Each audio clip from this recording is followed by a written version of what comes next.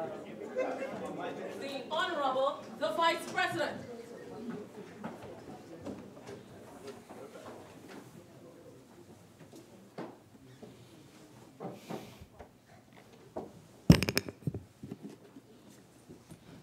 Let us pray. Almighty God, we willingly acknowledge you as the Supreme Being, most gracious and most merciful. Look down, we beseech you, on us who are members of this Senate, and deign to assist us in the duties that we have to perform on behalf of our beloved country of Trinidad and Tobago. Open our eyes to see the truth, and help us to accept it with all its implications into our lives. Direct us, O Lord, in our deliberations, so that setting aside private interests, unwholesome prejudices, and personal affections, we may treat all matters set before us with honesty, courage, and conviction. Through all we say and do in this Senate, may we give glory and honor to your holy name, inspire confidence in our fellow citizens, and make a positive contribution to the peace and prosperity of our nation. Amen.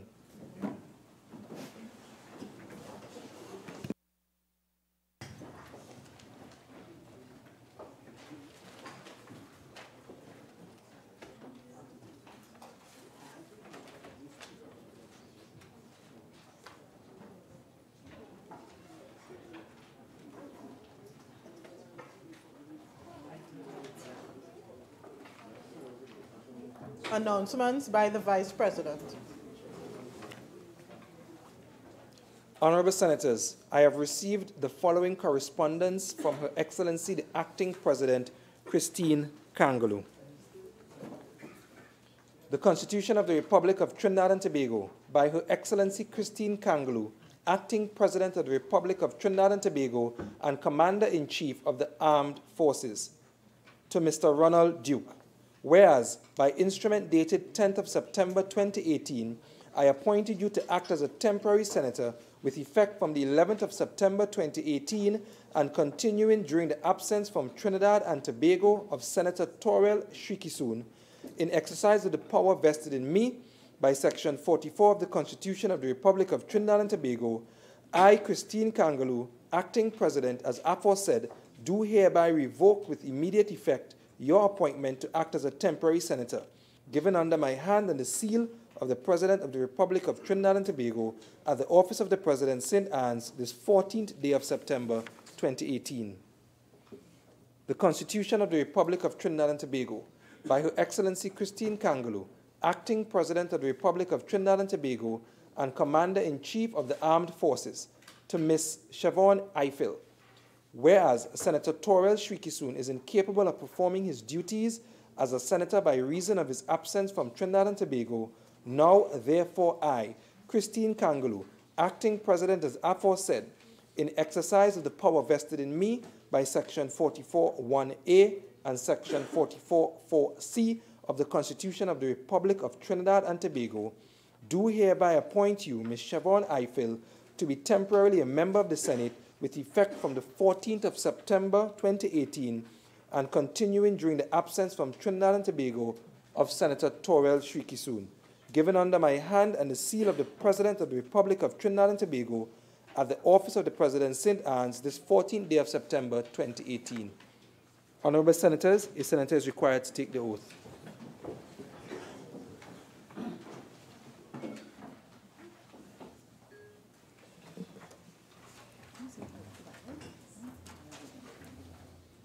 I, Siobhan Eiffel, have been appointed a Member of Parliament, do swear by Almighty God that I will bear through faith and allegiance to the Trinidad and Tobago, will uphold the Constitution and the law, and will conscientiously and impartially discharge the responsibilities of the people of Trinidad and Tobago upon which I am about to enter.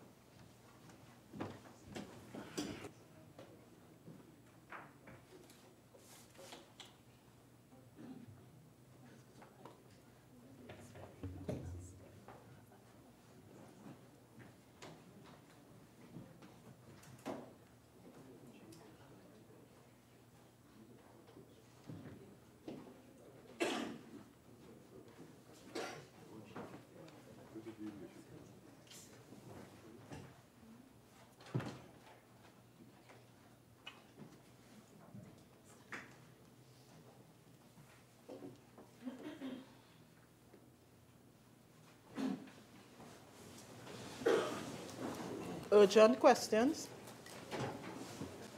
Senator Mark.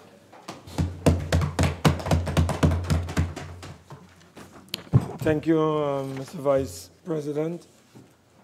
To the Honorable Minister of Labour and Small Enterprise Development, given reports of a retrenchment exercise at TCL, which left 16 persons on the breadline, and which was reportedly conducted without the consultation of the OWTU, can the Minister state the urgent steps being taken to resolve this matter? Minister of Labour and Small Enterprise Development. Thank you very much, Mr. Vice President. Mr. Vice President, the Office of the Minister of Labour and Small Enterprise Development this morning received a piece of correspondence from Trinidad Cement Limited. The letter is dated September the 11th, and it is titled Notice of Retrenchment, informing the Minister of Labour and Small Enterprise Development of the retrenchment, giving formal notice of the retrenchment of the services of 16 employees on the grounds of redundancy using the criteria last in, first out, or as popularly known within the trade union movement as the LIFO principle. Mr. Vice President, this piece of correspondence informed me as Minister that the company had been engaging with the Oilfield Workers Trade Union, which is the recognized majority union for the employees at Trinidad Cement Limited, on the urgent issue of redundancies in good faith since September 2017, with a view to exploring the possibility of averting, reducing, or mitigating the effects of the retrenchment. However, these attempts have proved unsuccessful. In addition, the company also informed that upon a review of the original 24 redundancies identified, we were able to revise these redundancies to 21 employees. However, we were only able to secure one suitable comparable position and 4 other alternative positions to which 5 employees can be redeployed or transferred. Urgent questions, you have 2 minutes for a response. That time is up. Senator Mark, you have a supplemental. Thank you, Mr. Vice President. Can I ask the Honorable Minister whether the company, that is TCL, has in fact honestly represented their position to the Minister, particularly as it relates to consultation with the union? Is the Minister aware, therefore, that there has been no consultation? That was I'm trying to decipher. No, I'm coming to the question, sir. Okay. Can the Minister inform this Honorable Senate whether there was any consultation between TCL and the OWTU before this action, which resulted in the retrenchment of 16 employees, Mr. Vice President? Minister. Mr. Vice President, I can only go on what is before me. This morning, I received this piece of correspondence from TCL outlining what they have done. I am not in receipt of any correspondence from the Oilfield Workers Trade Union requesting, sharing information with me, or requesting my intervention under Section 11(1) of the Industrial Relations Act of 1972 as amended, either the recognized majority union or the employer or the affected employees can write the minister requesting the minister's intervention, and I have no such request before me. Senator Mark? Yeah.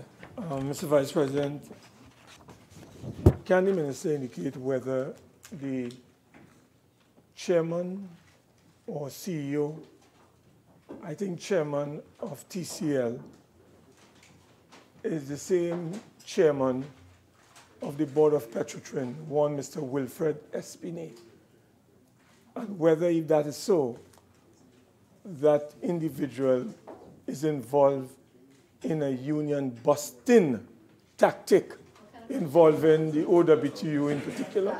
Can I ask the Honorable Minister that, Mr. I don't understand why this lady is so jumpy. Yes, I'm asking. Time is running. I'm asking Mr. Vice President whether the minister can inform this Parliament that the name of the individual who chairs the board of directors of TCL is Mr. Wilfred Espinay, which is the same individual that chairs the board of directors of Petrotrin. That is the point I'm asking. And I won't allow that question, Senator Mark. Next question on the order paper for urgent questions, please.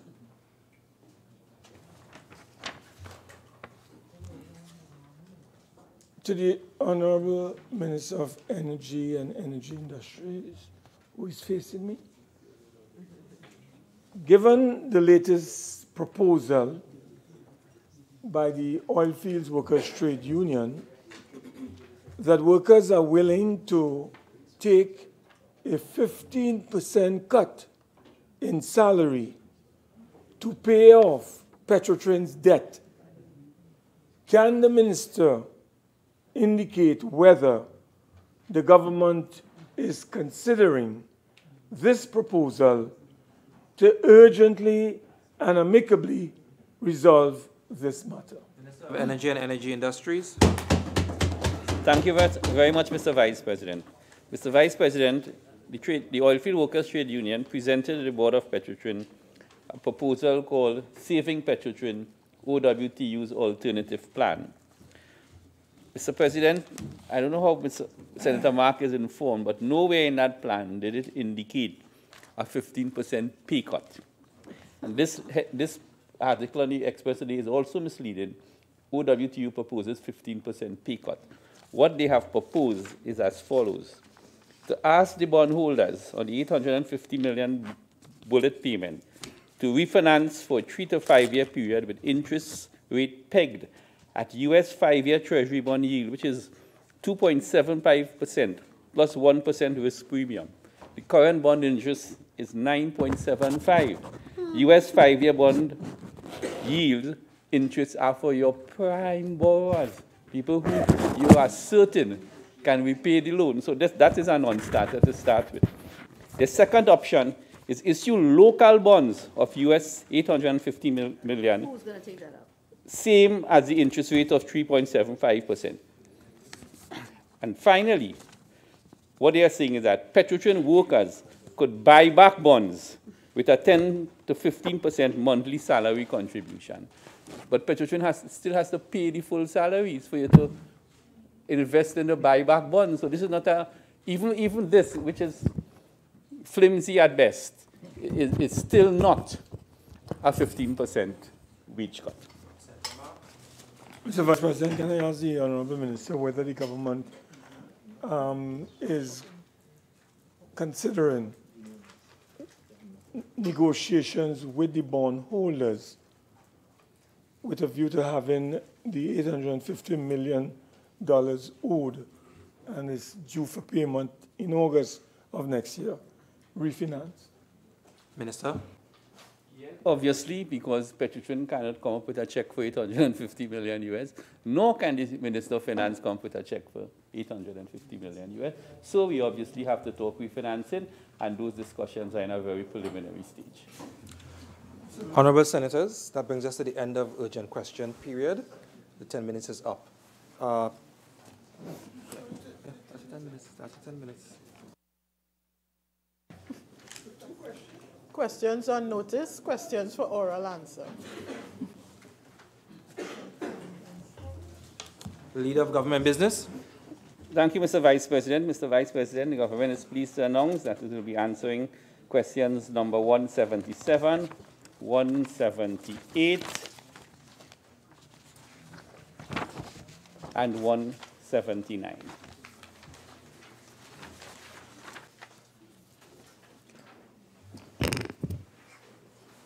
Senator Mark, question number 177.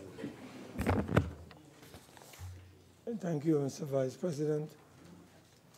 Question 177 to the Honorable Minister of Housing and Urban Development. Minister of Housing and Urban Development. Thank you, Mr. Vice President. Mr. Vice President, the Piccadilly Street Urban Regeneration Project was conceived with the view of creating a new mindset for the targeted population, stimulating a new culture, improving the current lifestyle and quality of life in the area, increasing opportunities for employment, social services, and recreational spaces, while at the same time addressing the incentive which foster criminal activities. The Piccadilly project will be implemented by the Ministry of Housing and Urban Development through its agencies, the Trinidad and Tobago Housing Development Corporation and the Urban Development Corporation of Trinidad and Tobago. The redevelopment zone, phase 1, comprises 2 blocks separated by Laventille Road and bounded on the west by Piccadilly Street, on the south by Piccadilly Street and Bessel Street, on the north by Jackson Hill, and on the east by Lodge Place. Mr. Vice President. Senator Mark. Can the Honorable Minister indicate when this first phase of the Piccadilly Street Urban Renewal Project will commence? Minister. Mr. Vice President, this project is awaiting Cabinet's approval, and until such time, the timeline cannot be provided. Senator Mark. Would the Minister indicate to this Senate at what stage is this project at? Have we been able to design the project? Has approvals been granted? Or is the project not yet off the ground? Minister. Mr. Vice President, I just mentioned a while ago that the project is awaiting Cabinet approval, and until such time, no more information will be provided. Senator Mark. Can the Minister indicate, Mr. Vice President, in that plan, whether there will be any dislocation or relocation of residents or businesses in that? No, allow me to speak, please. Can you share with us elements of that plan and whether it would involve any dislocation or relocation of residents or businesses within the areas that you have mentioned? I will not allow that question. Next supplemental, if you have it, Senator Mark. Mr. Vice President, may I also ask whether the Minister can share with us in this project how many workers or employees are anticipated to be engaged in this project, phase 1, that is still awaiting government's or Cabinet's approval? I will not allow that question as well. Next question on the order paper, Senator Mark, 178.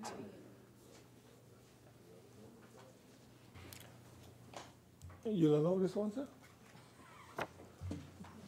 Question number 178 to the Minister of National Security. Minister of National Security. Thank you very much, Mr. Vice President. I apologize on behalf of Senator Mark for the rudeness he just displayed. And in the continuation of misrepresentation of facts by the opposition and the continued attempt by the opposition to paint the Trinidad and Tobago Police Service in a negative light when they are doing their best to tackle crime, the Trinidad and Tobago Police Service has refuted the claim that there has been 94...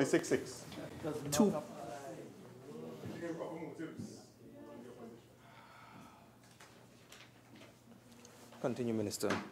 Thank you very much.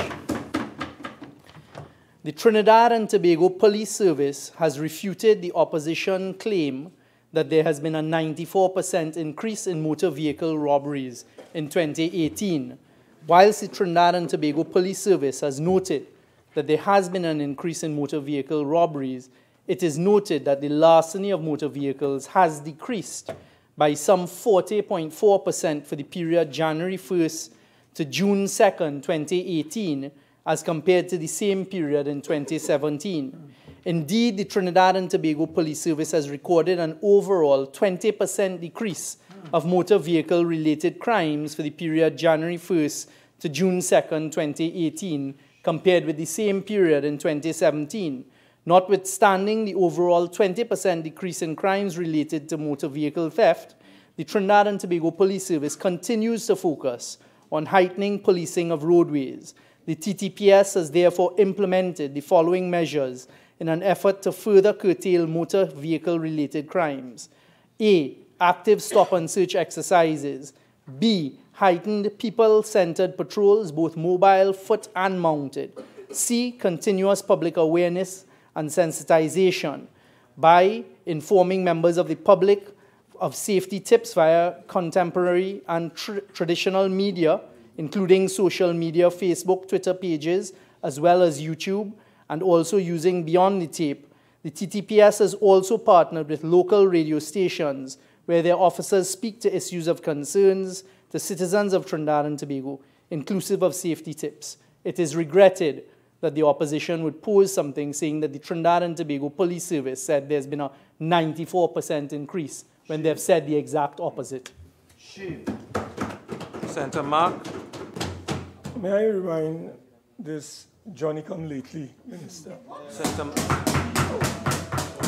that we don't need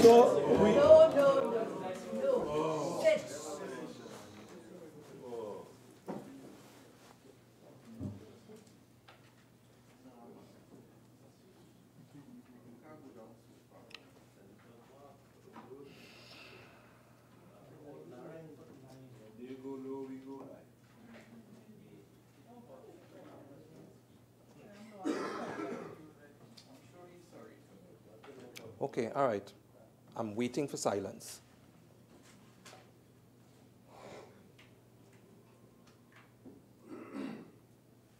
Senator Mark, please ask the question, the supplemental question. Withdraw what? Withdraw what? Look, the man, you... Senator Mark, take...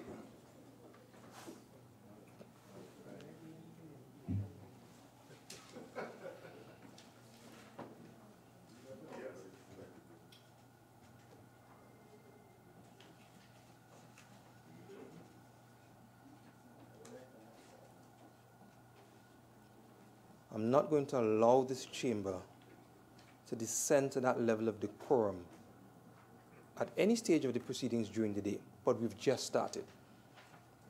We have limited time for certain procedures. So every time I have to get to my feet and stop the proceedings, it's the time that's running. Senator Mark, please, just ask the question. Anyway, I better look at you. I think you're the more pleasant.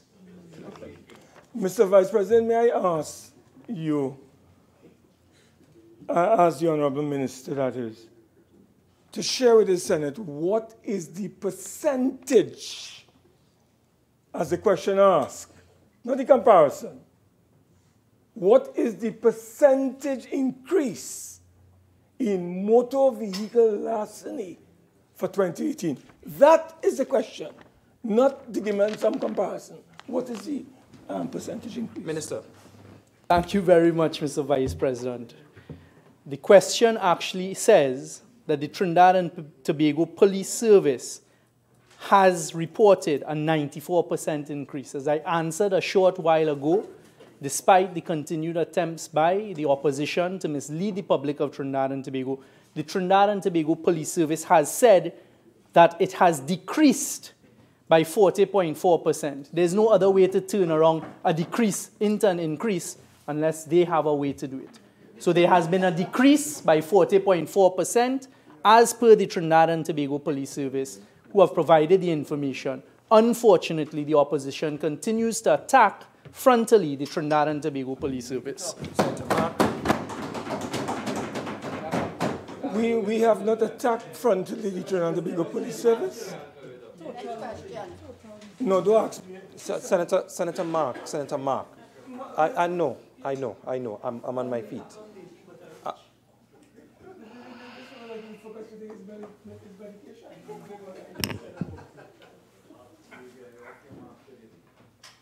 So here's what I'm going to have to do. I'm going to have to allow the minister to respond to the questions asked, but I'm going to have to ask for silence, one, when the honorable senator is posing his supplementary question, and two, when the minister is responding. What is happening is that every time there's a response or a question asked, there's a lot of crosstalk and banter across the floor, and time is running. So there will be silence when the minister is responding, as well as when the honorable senator is making his question. Honorable senator, just make the question so that there can be a response. Honorable minister, when you're responding, try and respond as succinctly as possible. Thank you, Mr. Vice President. Because you know we are quite capable of responding. Mr. Vice President, I'm guided by you. Mr. Vice President, could the Honorable Minister share with the Senate what is the number of vehicles involved? How many vehicles were stolen in 2018 thus far? Move away from the percentages. Let us know how many vehicles were stolen in Trinidad and Tobago for 2018 thus far. I won't allow that question, Senator Mark. Next question. Is it the same one or another one? No, you have supplemental. So there's a third supplemental. No, if you're going to. Well, I think that you want to exhaust my supplemental. So do you have any more supplementals? No, I think you have exhausted mine. Okay. So can I go to the third one, sir? Yes, the third Next one. question. Yes, next question. I have through with supplementals. I'm now going to question number 179 I'm going to say something else, but I think I'll run afoul this time in order. To the Honorable Minister of National Security. Minister of National Security. Thank you very much, Mr. Vice President. According to the information received from the Trinidad and Tobago Police Service, comparative data for the period January 1st, 2017 to June 30th, 2017, and January 1st, 2018 to June 30th, 2018, point to an overall reduction in the number of home invasions and robberies across Trinidad and Tobago. During the period under review, records indicate a 26.49% reduction in home invasions and a 1.73% reduction in robberies at residences. Notwithstanding the reduction, the Trinidad and Tobago Police Service continues to pursue a number of measures to address residential crimes, which include maintenance of high police visibility within residential communities, close monitoring and consistent patrolling of locations where break-ins and robberies occur, direct community engagement via town meetings, active investigation of reports of break-ins and robberies, targeting of priority offenders, and utilization of a dynamic public sensation and awareness campaign using social media platforms, various media forums to raise awareness of safety and security measures, including public service advertisements and the daily television program Beyond the Tape. Senator Mark. Yes, Mr. Vice President, can the Honorable Minister indicate, given the number of home invasions that we are faced with in this country, and robberies, can he share with this Parliament, the Senate, how many direct community meetings the Trinidad and Tobago Police Service would have conducted during the period identified by the Honorable Minister? Just identify the period. Minister. Thank you very much, Mr. Vice President. Mr. Vice President, I don't have that information. If the Senator asks another question in another manner, I'm sure we will provide that information. Senator. The Honourable Minister said that they were targeting areas and targeting the communities that were involved or have been involved or experiencing this particular phenomenon. I want to ask the Honourable Minister about the social media platform and the public awareness program. Can you share with us, Mr. Vice President, what has been the response? What has been the success rate in the implementation of these public sensitive campaigns that was mentioned a short while ago? Minister. Thank you very much. Mr. Vice President, it doesn't surprise me that my friends on the other side are most interested in social media, a la Cambridge Analytics. What we can say is that the Trinidad and Tobago Police Service's Twitter page is being very closely followed, and they are being utilized as social media platforms. There's been an increase in viewership and persons who are liking and following. The Mark. No, I'm okay. I want the Minister. Public business, government business, bill second reading.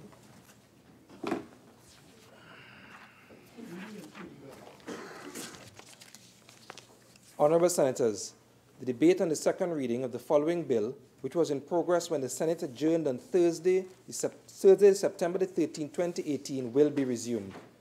A bill entitled An Act to Amend the Interpretation Act, Chapter 301, the Supreme Court of Judicature Act, Chapter 401, the Summary Courts Act, Chapter 420, the Bail Act, Chapter 460, the Administration of Justice Deoxyribonucleic Acid Act, Chapter 534, the Legal Aid and Advice Act, Chapter 707, the Child Rehabilitation Center Act, Chapter 1305, the Indictable Offences Preliminary Inquiry Act, Chapter 1201, the Children Act, Chapter 4601, the Children's Community Residences, Foster Care and Nurseries Act, Chapter 4604, the Children's Authority Act, Chapter 4610, and the Family and Children Division Act, 2016. List of those who spoke: the Honourable Faris Alwari, MP, Attorney General, who moved the motion, Senator Gerald Ramdeen, Senator Elton Prescott, SC, and Senator the Honourable Jennifer Batiste Primus, Minister of Labour and Small Enterprise Development, and Senator Amin. You have 21 minutes remaining. Thank you, Mr. Vice President. Mr. Vice President, it is said that he who opens a school door closes a prison. A French author, Victor Hugo, said that many years ago. And at this time, sadly, in Trinidad and Tobago, the PNM, unfortunately, is closing schools and opening prisons, even children's prisons. I was in the process on the last occasion of outlining some areas that I have objection to, including having these children's rehabilitation centers under the management of the Commissioner of Prisons. I spoke about strategies for rehabilitation, and I want to continue on from Section 12 of the Children's Rehabilitation Center Act, 12B, C, and D in particular, where new Section 12B makes a provision for a resident who is a child to spend a period of leave from the residence with a proposed host who must make a request to the Commissioner of Prison to initiate the process of such a grant of leave. And Section 12D, new Section 12D, which will allow for the summoning of parents or guardians or persons with responsibility for a child to produce that child, where the court finds that there is reasonable grounds to believe that such persons should produce the child, and where the child refuses or fails to return to the children's home after permission is granted for his absence. Mr. Vice President, it is my view that you must include provisions for monitoring while those visits are taking place or while the child is staying with the proposed host, visits by the authority officials of the residence or the commission, even though I have objection to the commission. But you must have, in my view, Mr. Vice President, while the child is with the host and away from the home, regular visits and monitoring so that you will not reach a situation where the child refuses to return and there is an absence and you have to then summon the parent or guardian. And I think if you have those provisions for monitoring and visits by the authorities, you will reduce the possibility of the children not returning to the home. I move to the Children's Act, Chapter 4601, a new subsection 7A, where there are specific provisions where corporal punishment shall not be used. And I want to say that I fully applaud this measure in terms of no corporal punishment being used where a child is in a nursery, a children's home, or foster home, where a child is a resident of a rehabilitation center, where a child is in the custody, care, and control of a fit persons. But I ask, what are the alternatives? Even in schools, Mr. Vice President, teachers many years ago when the Trinidad and Tobago signed on to the United Nations Convention on the Rights of a Child, we stopped corporal punishment in schools, but I don't think that our teachers or our caregivers have ever been adequately trained in alternatives to corporal punishment. What is the approach to disciplining a child? And there are standards that we can follow, and I feel perhaps this is the opportunity to have a policy document to guide caregivers in nurseries, children's homes, foster homes, but also in our nation's schools, because there are many other alternatives to corporal punishment. And simply stopping the use of corporal punishment without putting an alternative for discipline in place puts the caregivers at a disadvantage. I want to move now to 54, where amendments were made for consistency with new section 51A, and that is to allow the court to make an order permitting a child who is remanded in custody to leave the place he has been remanded for educational or vocational purposes. So if a child is a resident at one of the rehabilitation centers and he attends a public school or YTEP or any form of vocational training center, he is interacting with children and students from the general public. Is there going to be a system in place for an escort, not necessarily military, because I am against that approach, but a social worker, a chaperone type of supervision for that child while they are at that facility and interacting with children in the general public? Because you can have situations where a child who has committed crimes or who has been involved in a gang or involved in criminal activities may influence the others who are in that public facility for educational or vocational purposes. The other, Mr. Vice President, is where, this is 59, where a person, that gives the court a discretion to order that a person who is detained in a rehabilitation center as a child to remain there after attaining the age of 18, because usually that is when they would leave. But if there's a balance on their sentence, they, this one is where they are pursuing a vocational or educational training, that they be allowed to serve the duration of the time in the rehabilitation center, as opposed to being sent to the prison when they reach 18. But that is, of course, if they are in an educational program. And I want to ask, because there's another section that deals with these children moving to the adult prison, the big people jail as we call it, when they reach 18 and there's a balance on their sentence. But I want to ask that this provision for the court to use its discretion be extended to other children, as other residents. I will not call them inmates. Other residents of children rehabilitation centers, and for there to be provisions such as the length of time remaining on the sentence, if it is 6 months or a short period, for the behavior of the child to be considered, and for provision to be made for the court to be approached to make such representation on behalf of that child.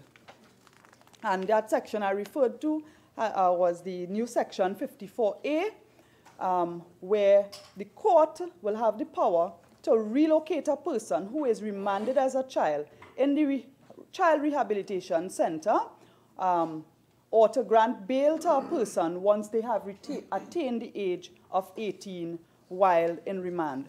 So I don't know if that is something that the Attorney General could take note of, for that provision for an application to be made to the judge in the case of 54A.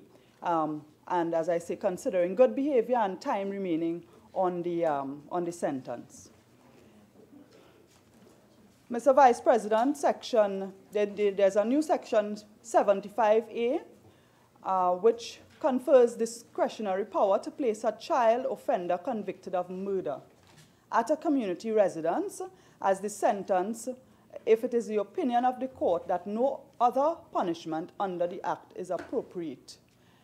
This, I believe, we mentioned when we spoke about the Act that the Community Residences Act and the Foster Care Nurseries Act some time ago in this very Senate. Here, Mr. Vice President, I think separation according to the nature of the crime and the psychological condition of the resident, the child, the offender, should be taken into consideration. It is my view that children should not simply be housed at these facilities based on geographic location, for example, but we should perhaps look at separating the facilities based on the nature of the offense. Even our national prison, there are separate facilities, maximum security, and so on for offenders of different types. But I think with children, we ought to separate, because there are children who have serious psychological issues, and their influence on the others who may not be serious offenders, but who are in the residence, could be something that, that we could have a negative impact on them.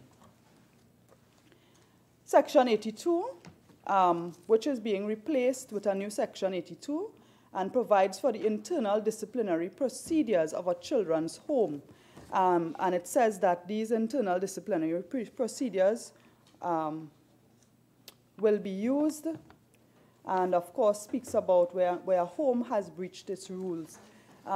It simply says in this section that where a child has been placed in a children's home, breaches the rules of the children's home, he shall be dealt with in accordance with the internal disciplinary procedures of the children's home.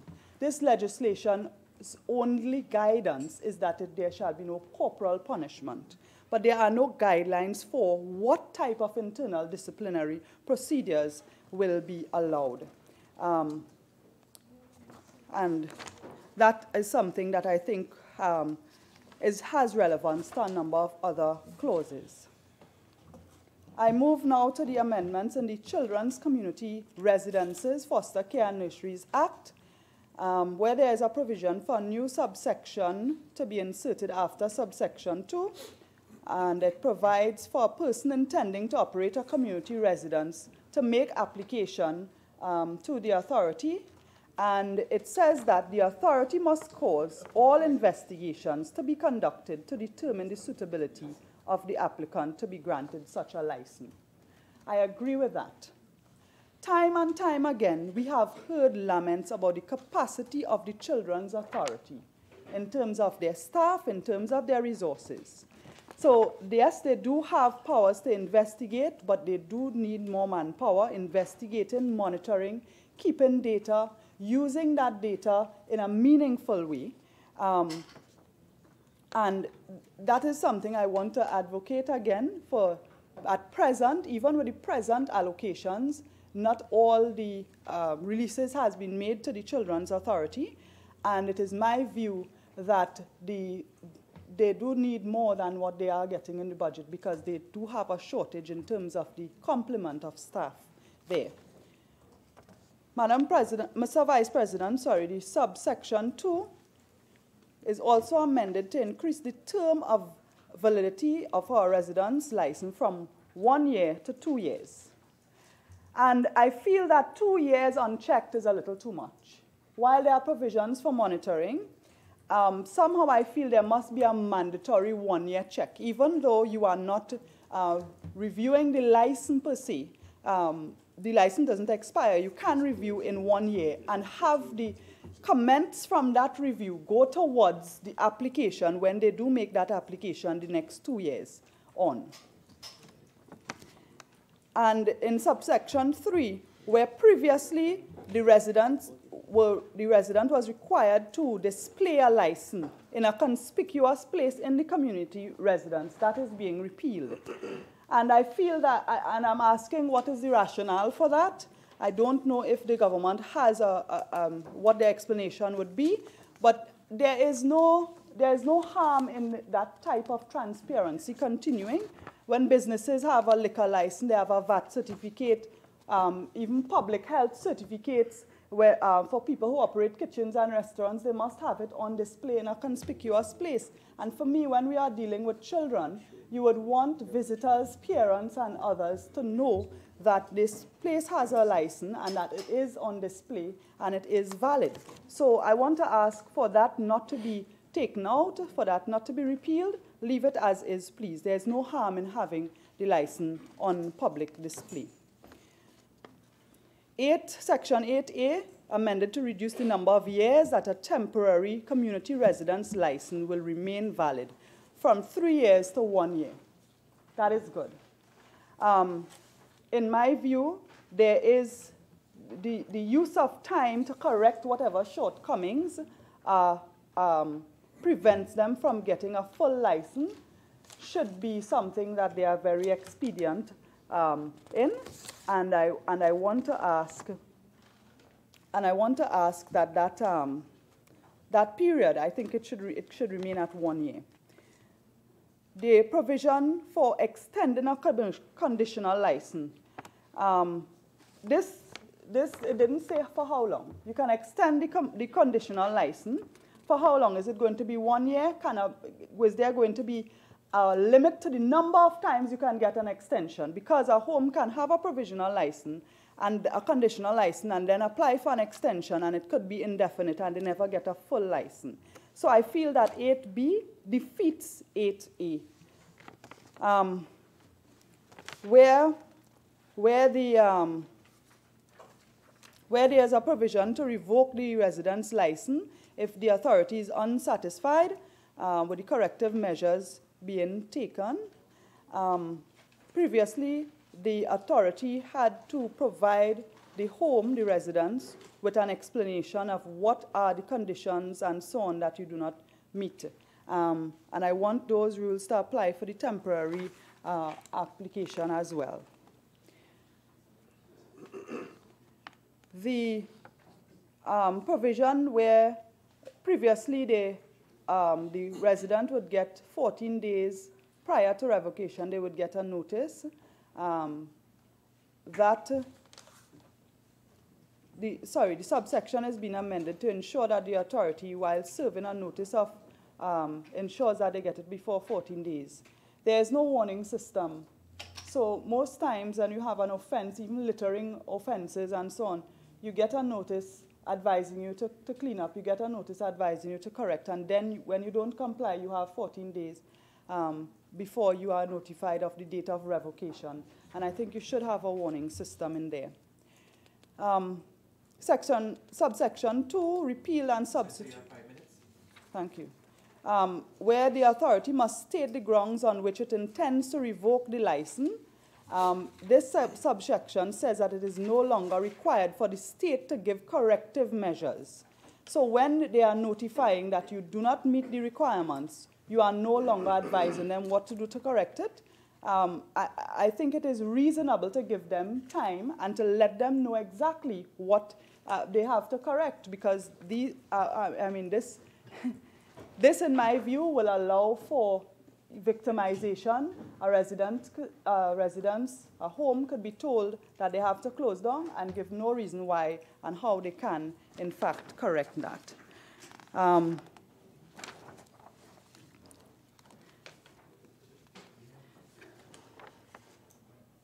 Right. Subsection, a section that allows the temporary placement of a child within a children's home with a person who is willing to receive and care for the child after having applied for permission from the manager of the home. And this section provides that such a person make an application. He must apply to the police authority, to the authority with a police certificate of good character and certain particulars. But where there's a temporary placement of a child, Mr. Vice President, I want to suggest that you have a list of pre-qualified persons so that you are not, for instance, in an emergency, placing the child with someone and then after, within 24 hours, checking that that person really has a good character. So there should be a procedure for emergency qualification to speed up the process. But I believe that if you have a list of pre-qualified persons, the authority could call on to send a child in quick time, and then you deal with the full qualification of that person. Otherwise, we could send our children into the hands of unscrupulous persons. I agree with there being a fine and imprisonment for a person who performs acts of punishment that is contrary to the act, that is the corporal punishment. But again, I ask for the alternatives and for us to have a guideline document.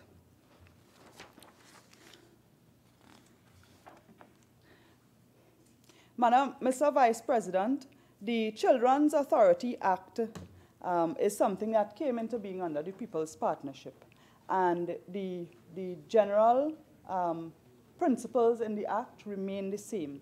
And I am in support of strengthening it as we go along, regardless of which government is in place. However, I also want to remind that where you have the need for members of the board, the Children's Authority, where you have need for 4 members of the board to be present from youth, from the THA, from NGOs who promote the welfare and protection of the Children's Authority.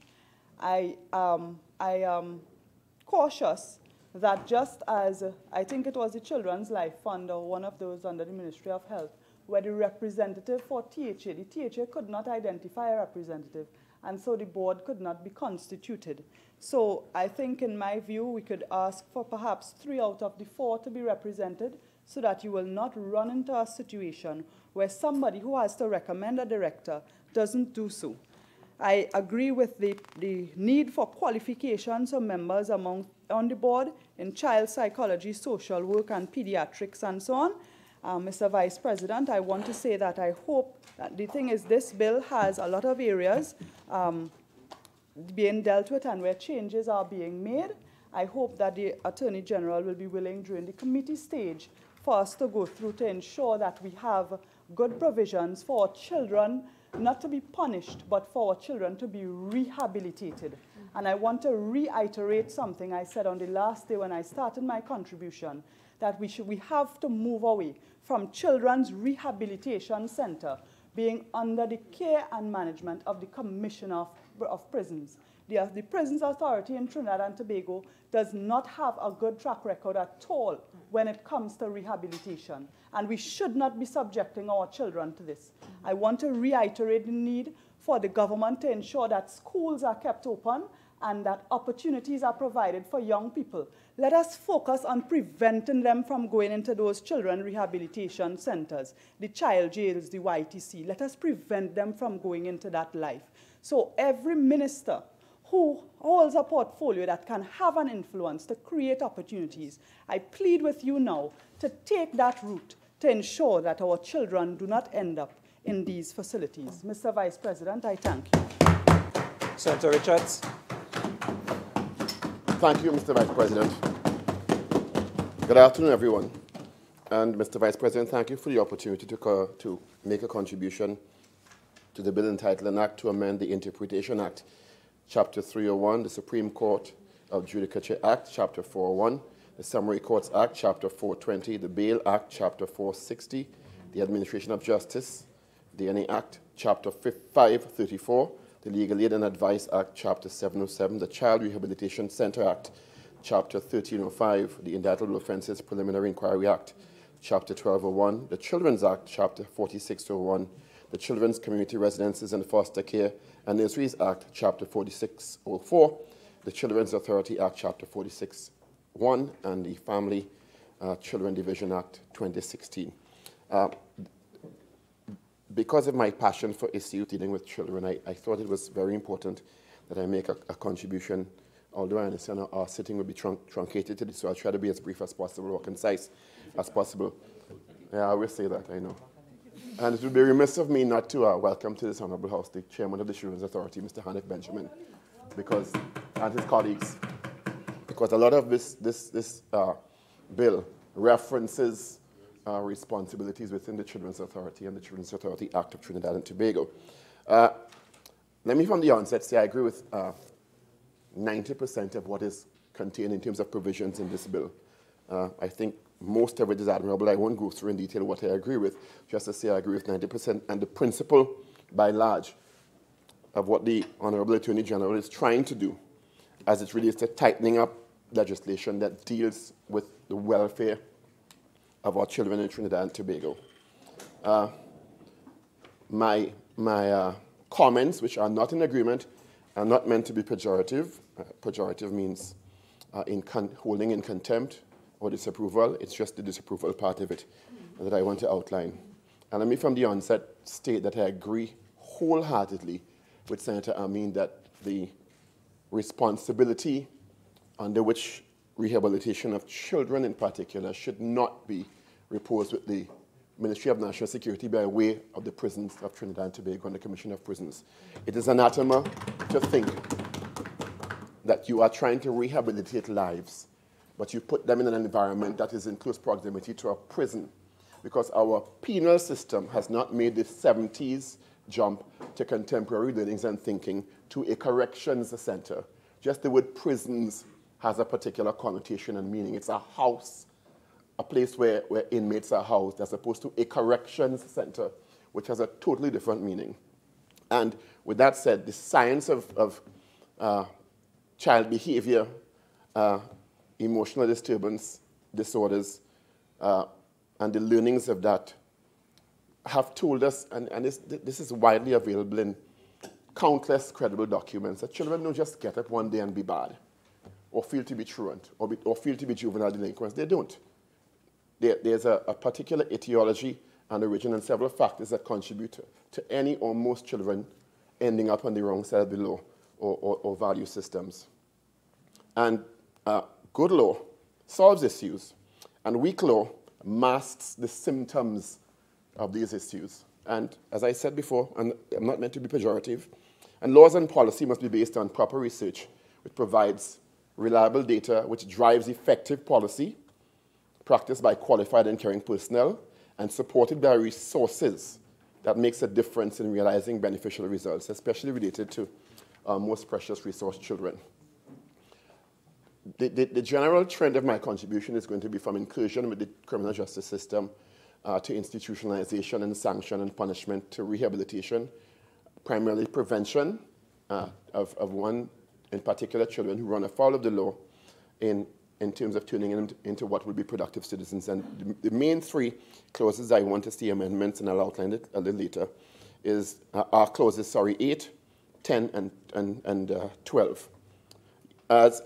In any jurisdiction, and according to an article by Sarah Alice Brown, which is titled Treating Mental Health Needs of Juvenile Offenders, you see in any area, as crime in any jurisdiction and criminality increases, you see a direct positive relationship to the increases in juvenile delinquency. And that's not by guess. Children learn what they live. And there's a really strong relationship between criminality and juvenile delinquency. In the US from 1985 to 1995, the US recorded a 75% increase in detention of juveniles for truancy and crimes. The institutions in the US with a lot of resources also recorded overcrowding and strained resources and less efficacy as time went on. Our prison system and rehabilitation centers for juveniles are already overloaded. The Children's Authority is getting more and more poured into its ambit, and without the commensurate resources attached for them to do their jobs effectively.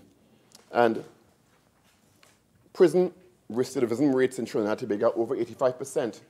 So when we, in principle, elect or appoint the Commissioner of Prisons as the agent for identifying agents for rehabilitation of our nation's youth, when the prison's main function of adult inmates is showing over 85% recidivism, we are basically casting our aspirations into the wind and hoping for the best. Because the prisons themselves, and I'm not condemning hard-working prison officers in Trinidad and Tobago, working in a system that is extremely challenging for the efforts they are making, but let's call a thing a thing. It is not working. And to think that you can add more responsibility in a broken system with limited resources and think it's going to add something, especially as it relates to children, is wishful thinking at best. This responsibility should be reposed with the Ministry of Family Services and Social Services in conjunction with the Ministry of Education, which has a natural symbiotic relationship with the Children's Authority of Trinidad and Tobago. So that's my first suggestion. In terms of the contributions to juvenile delinquency, I also see this bill and others that are intended to work alongside it terribly bereft of any provisions for rehabilitation of the homes from which these children come. And you can't expect there to be a full rehabilitation or restorative justice system if the primary caregivers are not included in this process. Because in most cases, you would find the contributing factors to these children, these juvenile delinquents, have been primarily in the home. So we go through the process in many cases in terms of the bill has provisions under 7, under 14, and under 18, which is the legal age for being a child, with no references to mandatory rehabilitation of the household or significant elements in the household. And then we have to add to that, which I won't go into in any detail, the shortcomings of our education system, which are, to me, one of the most significant contributors to the levels of juvenile delinquency we're seeing in Trinidad and Tobago. Mr. Vice President, one of the studies that I reference in my contribution, an urban study, has indicated that more than 85% of juvenile delinquents, or those ending up in the system in juvenile delinquents, have been identified as having psychological issues or mental challenges, which tells you a lot. Because in many cases, they have been abused or neglected, or not given the level of resources or training you need to be a productive citizen or child who is thriving in that society. And the same thing is happening in Trinidad and Tobago. By your leave, Mr. Vice President, I want to tell a little story about a woman who I had the honor to interview day before yesterday. And I'll try to be short with this because it elucidates my point about us just feeding children, just growing up getting up one day at 8 years old and feeling to give trouble. And by this, I hope to really pull together my presentation in terms of us understanding what happens in a child's life when they start to go into a life of crime later on. And this is a story about, and she gave me permission to use her name because she's now an ordained minister. Her name is Stacey Ann Beckles, and she's the founder and CEO of Women of Transformation. And very quickly, at 9 years old, there was an adult who attempted to rape her. That attempt was interrupted. At 13 years old, her mother, single mother of 3, sent her to a neighbor's house to collect some money to help pay the rent or some family utility. And an over 60-year-old man raped her at 13 years old. She never told her mother. The man gave her $200 to go back home. She didn't tell her mother because she was ashamed. She thought it was her fault. Her mother continued to send her to this 60-something-year-old man who continued to rape her. I'm not saying have sex, rape her because she was a minor. For 2-3 years, giving her more and more money to go home. So she made an immediate association with money and sex. By 14 and 15, she had stopped going to school. I think she was going to Curepe Junior Secondary at the time because she was taking rides with maxi men who started to do the same thing, rape her. She didn't perceive it as rape because she thought she was having fun. And these men were taking advantage of her and giving her money. Eventually, her mother found out she wasn't going to school. By the time she reached, I think in her early 18 or 19 or 20, I can't remember exactly, she had found herself in a cycle of giving her body for money to men and eventually ended up in a situation where, I don't want to say a gentleman, a man whom she met in a party offered her $20,000 to transport cocaine to New York. And by the time she got to the Piarco International Airport, she was apprehended. She was charged. She spent 9 years on bail awaiting trial, was eventually convicted for 8.5 years, I think, and served 5 and was out. Her 7-year-old daughter, 10 weeks before she was to be let out, witnessed the murder of her father, shot in the back of his head in front of a 7-year-old. And I say this to say, there are so many other young people being exposed to these circumstances. You see the trajectory of this young woman through very little, if any at all, fault of her own. And we have to take these things into consideration if we are to pass effective, holistic laws to deal with the situations in Trinidad and Tobago. As I said before, I think the efforts of the Attorney General are extremely honorable, but I think they are misplaced in many ways because they do not address the preventative measures and the holistic approach to dealing with juvenile delinquents in Trinidad and Tobago. It is well documented, the effects of neglect, abuse, family circumstances on children rejected by parents who are more than likely, more than 80%, or neglected in terms of a causal, and social scientists don't like to use the phrase causal, but in terms of a strong relationship to those who end up in a cycle of delinquency.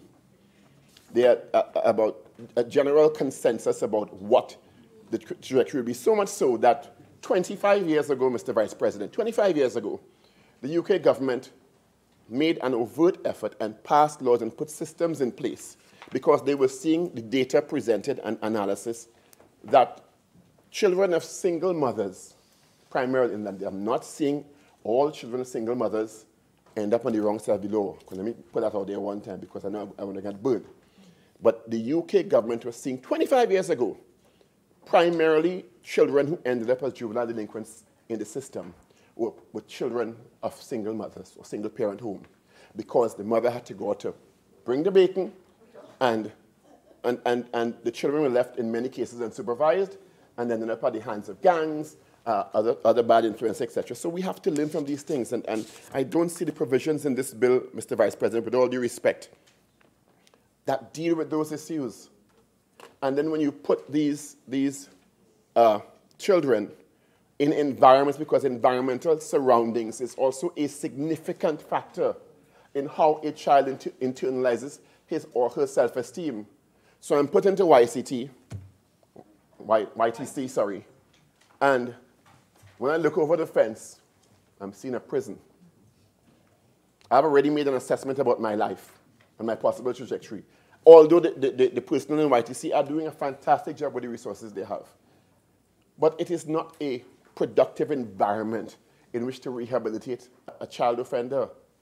And if we keep making these simple mistakes, we will not be having the effects on achieving the objectives that we really envision. You know, in the beginning of the 1960s, a lot of research started to be done, and I know Mr. Benjamin and his colleagues have access to all of these, so they know what I'm talking about. A lot of emphasis started to be placed from 1960s to 70s to 80s, not on as much on rehabilitation, although they stayed with rehabilitation, but on preventative measures, because they proved more effective, on measures that dealt with the social ills and the shortcomings in the family circle that are one of the major contributing factors to juvenile delinquency.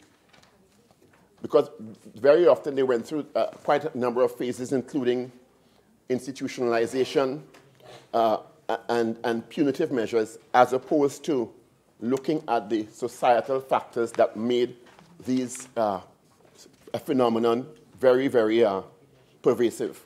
The approaches included the first phase, discipline and deterrent, including external control techniques, programs oriented toward instilling discipline, like boot camps, prison visitation to scare children into good behavior.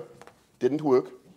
And then there was an enlightenment in the 1980s, early 90s, into more enlightened philosophies, including skill-based cognitive behavior techniques, social skill development, going into the schools and talking to children and teaching them about the facts of life and how they can become productive citizens, identifying their learning disabilities, because in many cases, the children who were struggling in the educational settings were the ones who were more than likely getting into more trouble.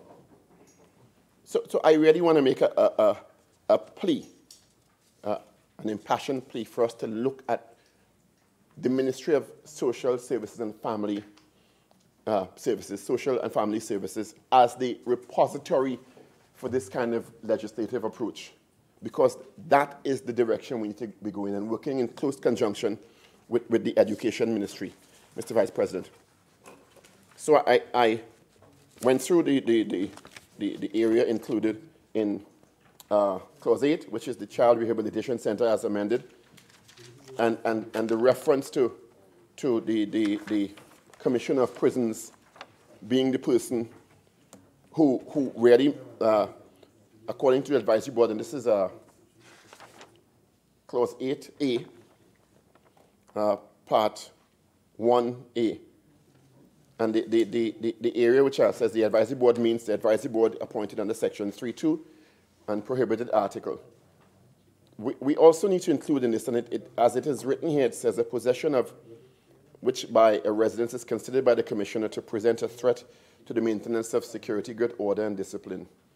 And we really also need to include some sort of reference to medications, because we don't include these very often. Some of these young offenders can misuse medication and technologies which are presented to them to try to better themselves. And if it is as broad as this, we could end up in serious problems.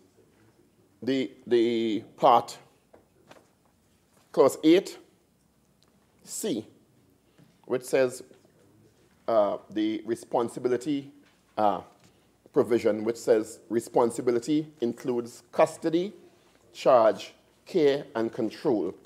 I think, Mr. Vice President, it needs specifically state rehabilitation, although it's a rehabilitation center. But if you are going to include custody, charge, care, and control, you should specify rehabilitation, education, and training as mandates for the agency. I also want to reference the area, as I said before, which is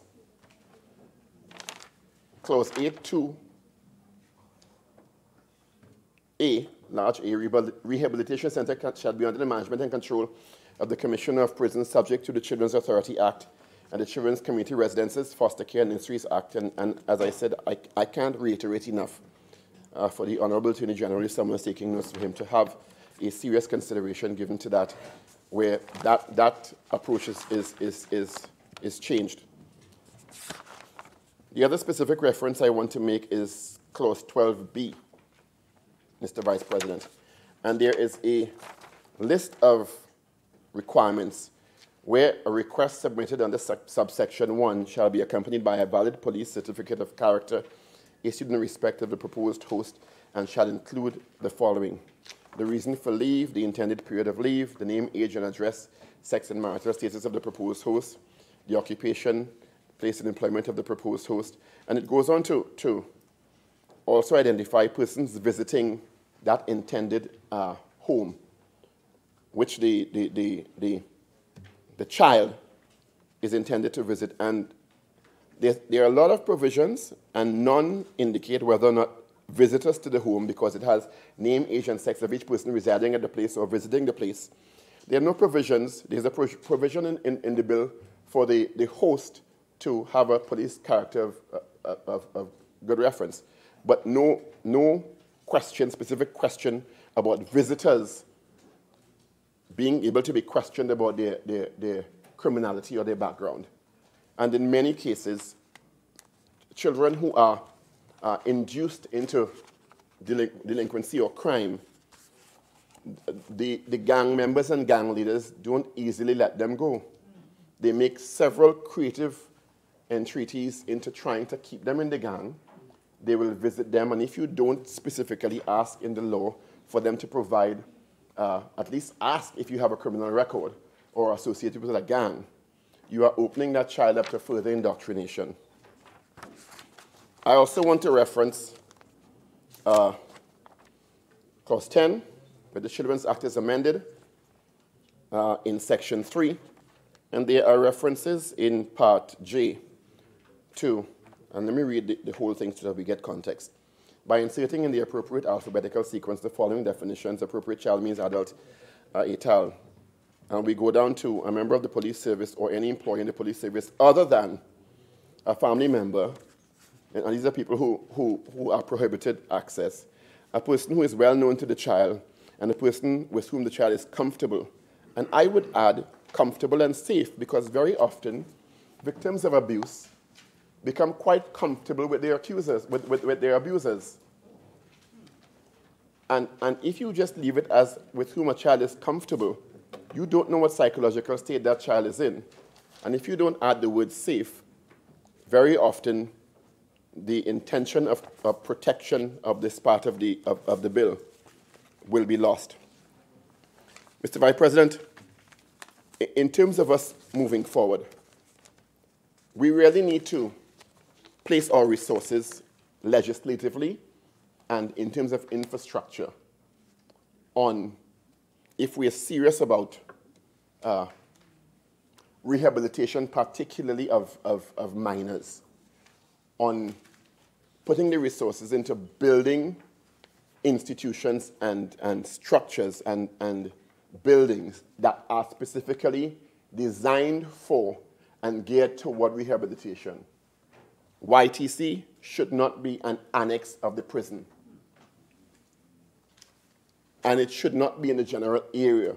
Because if you think about it, we had a prison break, when is it, 2015? And if something happens at Golden Grove, what is going to be the safety status of those young men up there, or those boys up there? That to me is anathema to really caring about the rehabilitation and mental state of those boys. We should be looking at providing the Children's Authority or the Ministry of Social Services and Family Services with the resources, the funding to construct buildings, which can be, I guess, double as in some instances, safe houses for battered women and abused families, multi-purpose facilities that are housed and resourced with the trained personnel to make sure that those persons who may have ended up as juvenile delinquents through many circumstances in their lives have the state's full support, not part-time or piecemeal support, in their rehabilitation, so that we, one, deal with the prevention aspect of making sure the homes have what they need and the training that the parents need, but also those who have actually run afoul, they are put into an institution that is more likely to benefit them in terms of their full rehabilitation, and not in these, what we have seen, homes that we've had to close down over the years because of the dilapidated condition, the St. Michael's homes and other institutions that are supposed to be housing children as wards of the state. In more than 70% of those cases, those structures are 40, 30 years old, poorly resourced, and we think we're going to have success in rehabilitation, inclusive of YTC, as I said, which is in too close proximity to the nation's prison. So that is basically the crux of my contribution this afternoon. And I really want to, again, make an impassioned plea because, you know, the research has shown that when we don't rehabilitate effectively, minor offenses usually lead to serious crime. You find that truants, juvenile delinquents, start with simple stealing, property crime, to personal crimes and violence later on in adolescence. The research is there. Wolfgang, 1980, Gulick, 1950, and so on. The age of onset of the truancy, if not mitigated by proper rehabilitative methods and environments, is a great predictor, a strong predictor of continued delinquency and eventual criminality. And chronic offenders, in terms of juvenile delinquents who are not properly remediated, will have a 90% chance of ending up running afoul of the criminal justice system before they're 21 years old. The data is there. It is not brain surgery anymore. It is pervasive in terms of the international research and credible research done. But we don't seem to be applying the research when we are crafting bills to make law which influence policy and also putting the necessary resources into the agencies tasked with doing this important work. I want to close, Mr. Vice President, as I started. Very simply. Laws and policy must be based on proper research, which provides reliable data, and there's a lot of research right here in Trinidad and Tobago. I cited quite a lot of international data right here in Trinidad and Tobago, which by Professor Selwood Ryan, Professor Ramesh Deosaran, which all point to the same findings of overseas researchers. So laws and policy must be based on proper research, which provides reliable data and drives effective policy and legislation for practice by qualified and caring personnel and supported by resources which make a difference, especially as it relates to our children. Because as I said as I started, good law solves the issues and weak law just masks the symptoms and kick the can down the road. And with those few words, Mr. Vice President, I thank you for the opportunity to contribute. Senator Dutton.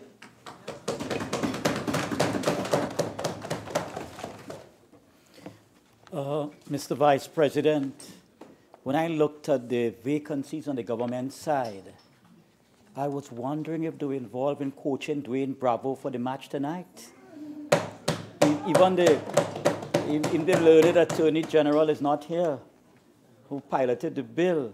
So I think we have to look at these things extremely seriously. But I will race on, and I know you're giving a tip-off for when we have 5 minutes. So I'll race on. Mr. Chair, Vice President, I have had 27 years' experience with playing a role in either being chairman of boards of these homes or sitting on the board as a director. And so what I did, when I got the call a few days ago to appear here, I sat down and I said, when they sent me from the Parliament the bill with this cluster of, a number of them, 13 clauses, I said I will write from my experience and my postgraduate training what I would like to see. And then I will check the bill. Oh, the Honorable Attorney General is here. I'm so happy. I will write from my experience and training and then look at the bill. So I did exactly that. But before I go into that, Brother Vice President, I want to make one serious quotation here from Natalie Alvarado, who is the economist attached to the IADB, the Inter-American Development Bank. And she made the following statement: we live in fear of assault, of being killed, of being robbed. And she made a clear analysis on producing the figures that in Latin America and the Caribbean, we have 8% of the world's population, but 31% of the homicides. Now that has to be a very serious thing. And then she gives two factors. The first one, she speaks in the last decade. Our cities have grown rapidly, but in a disorganized manner. And then she spoke to the issue of public institutions. And she made a statement, this Latin American and Caribbean economic expert at the IADB, that public institutions, including the police and criminal justice system, did not adapt to new realities, resulting in even more impunity and corruption. Was she writing about Trinidad and Tobago? Was she writing about some parts of the developing world? And then she went on to talk about the neither-nors, what she called the needness population of young people, who neither study nor work. Now, these are the persons who will end up in these homes. You know, amazingly, Brother Vice President, it is significant to note in terms of history, if you go back to the Depression of 1930 in America, it is absolutely amazing. The more things change, the more they remain the same. Do you know, Brother Vice President and the rest of the Senate here, that when you had the Great Depression, you know what took place? Banks closed down, businesses closed down, small businesses closed down, big businesses closed down. You know what grew? Children's homes and orphanages. That is what expanded. So when people are being dismissed and losing their jobs, all right, you have to expect, and the crime rate is not properly managed, you have to expect a growth in these institutions and how we manage them. Now, I don't know, whenever I come here and there's a bill from the Attorney General, I keep complimenting him. Brother Attorney General, my 27 years of running homes, these homes, a lot of provisions in this bill, and you must be complimented. A lot of provisions in these bills, a lot of them, we were crying out for it for 27 years. And I want to quote a section there before I get a little deeper into it, and what I wrote before I studied the bill. There are some sections that just bless me. The revocation of the licenses, and of course, Sister Khadija Amen made a comment that I think you should take very seriously, all right, in terms of the one-year provision, etc. And then there's a part that I love, including the, of course, when you make promises, you have to deliver, because the issue of sending educational instructors to the homes. You know, Indigo Martin, I'm PRO of the St. James Police Club with Officer Shabadi, one of the best policemen in the country, perhaps in the Caribbean. And he turned that place, that center, into a residential unit with all the challenges. And there's a decrease in volunteerism in the country. People are trying to live, they're trying to survive, they're trying to earn a living. So they have less time to volunteer. That's part of the socio-economic backlash when you have a shrinking pie. But I heard the oil price going up, and I heard your Minister of Finance says we're turning around the corner. So therefore, we shouldn't have such stringencies. I look forward to the next budget. We're talking about the making of application to the court for permission for a resident over the age of 16 years to engage in on-the-job training outside of a rehabilitation center. Brother Vice President, through you, addressing the Attorney General, let us not fool ourselves. This society is becoming more polarized. All right? We're warming up for the next election. Racism is rearing its ugly head again. And therefore, it will defeat any mobilization of the society that is required to make this bill, all right, or cluster of bills, a reality in this society. People just vex. They're in a rage. There's hostility. When I grew up in this country, I mean, in my early teens, I grew up without a father, basically. He died when I was 15.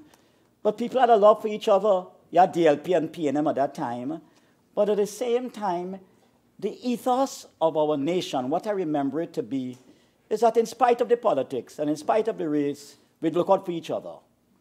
Foreigners were welcome. I hear people making remarks about Venezuelans now. And I'm scared for the Spanish folks and even Chinese folks. I'm scared for them.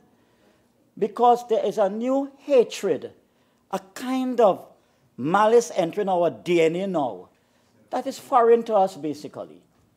And I would like to say that we need meaningful constitution reform. You know, we need meaningful institutional reform, especially of our security agencies, to make this a reality, Brother Attorney General. Otherwise, it will not just happen. But there are several clauses here and several provisions here that I compliment the department with the Attorney General. The issue of, you know, young people getting a chance to pursue their education with the proper, you know, provisions, the issue of the empowerment section, the issue of the board. Well, I want to warn you that we got stuck with that police commissioner thing, and I was part of the first process with Mr. Stephen Williams. And part of the problem sometimes is we focus on academic qualifications, but not experience, and not on people who have a heart for children. You see, to make this happen, there's a social and emotional dynamic that must play out here. Because the issue of abuse is intergenerational, no, Brother Vice President. It is totally intergenerational. So I'll tell you what I wrote. I wrote here before I looked at the bill, Brother Attorney General, that we must have consistent management audits of the home. Consistent management audits. Now, I didn't pick up with that in the bill. Perhaps I missed it somewhere in the Parent Act, maybe. Functionality of the boards. That is important. And then the issue of building a new cadre of leaders. What we have with several children homes, like the St. Jude's home, for example, all right, the original leaders who came from overseas, like the Irish nuns and what have you, they're on the way out. I'm not sure we had a philosophy or strategic plan to have new leaders, a plan, a proactive plan to have new leaders of institutions for children who are dysfunctional or who have been abandoned by their parents. I should tell you, and through you to Brother Paul, that in my first incarnation as leader of the Casa de Corazon, way back in 1991, a father brought me to court. He was gambling money. His children were all over the place, abused, abandoned.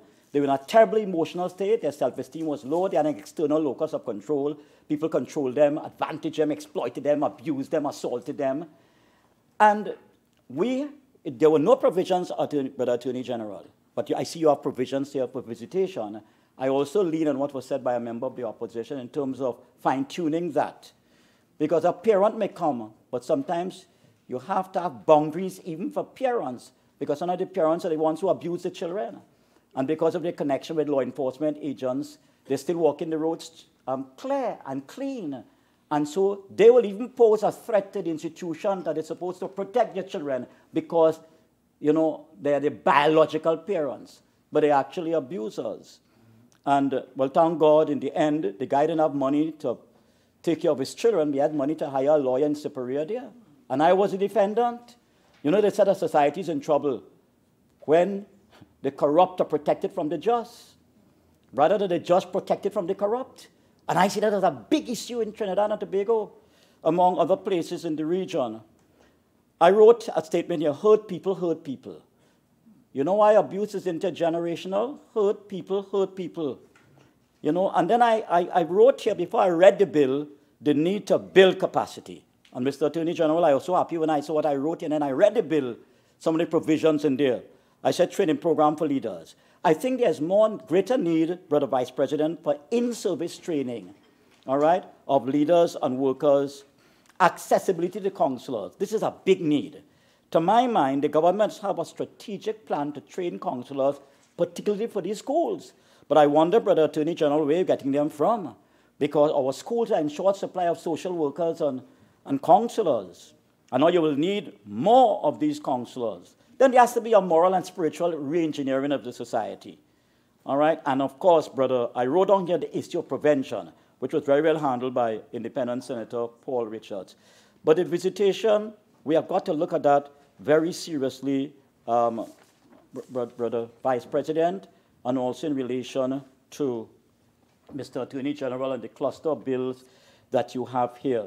So therefore, we have challenging situations to handle here. Before I climax, there's a gospel song I want to bring to all the senators here and to the entire country. And I hope the law house is there. May all who come behind us find us faithful. May the fire of our devotion light the way. May the footsteps that we leave lead them to believe. And the lives we live inspire them to obey. Young people today need role models. They need adults who will set the right example. They need leaders with integrity, leaders who are sensitive to the issues. I'm in the incurable optimist when it comes to young people. But I want to remind you what Leela Ramdeen said in The Guardian today.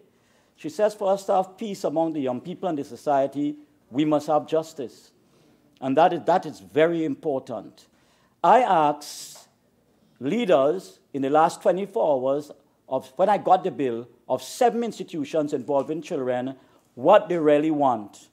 what they would really like from the state, from the government, from the parliament, what they would really want from us. I asked 7 of them. Come up with 2. And, but Attorney General, through you, Mr. Vice President, up to this morning, around 6 and 7, I got reports from 4. You know what they are saying?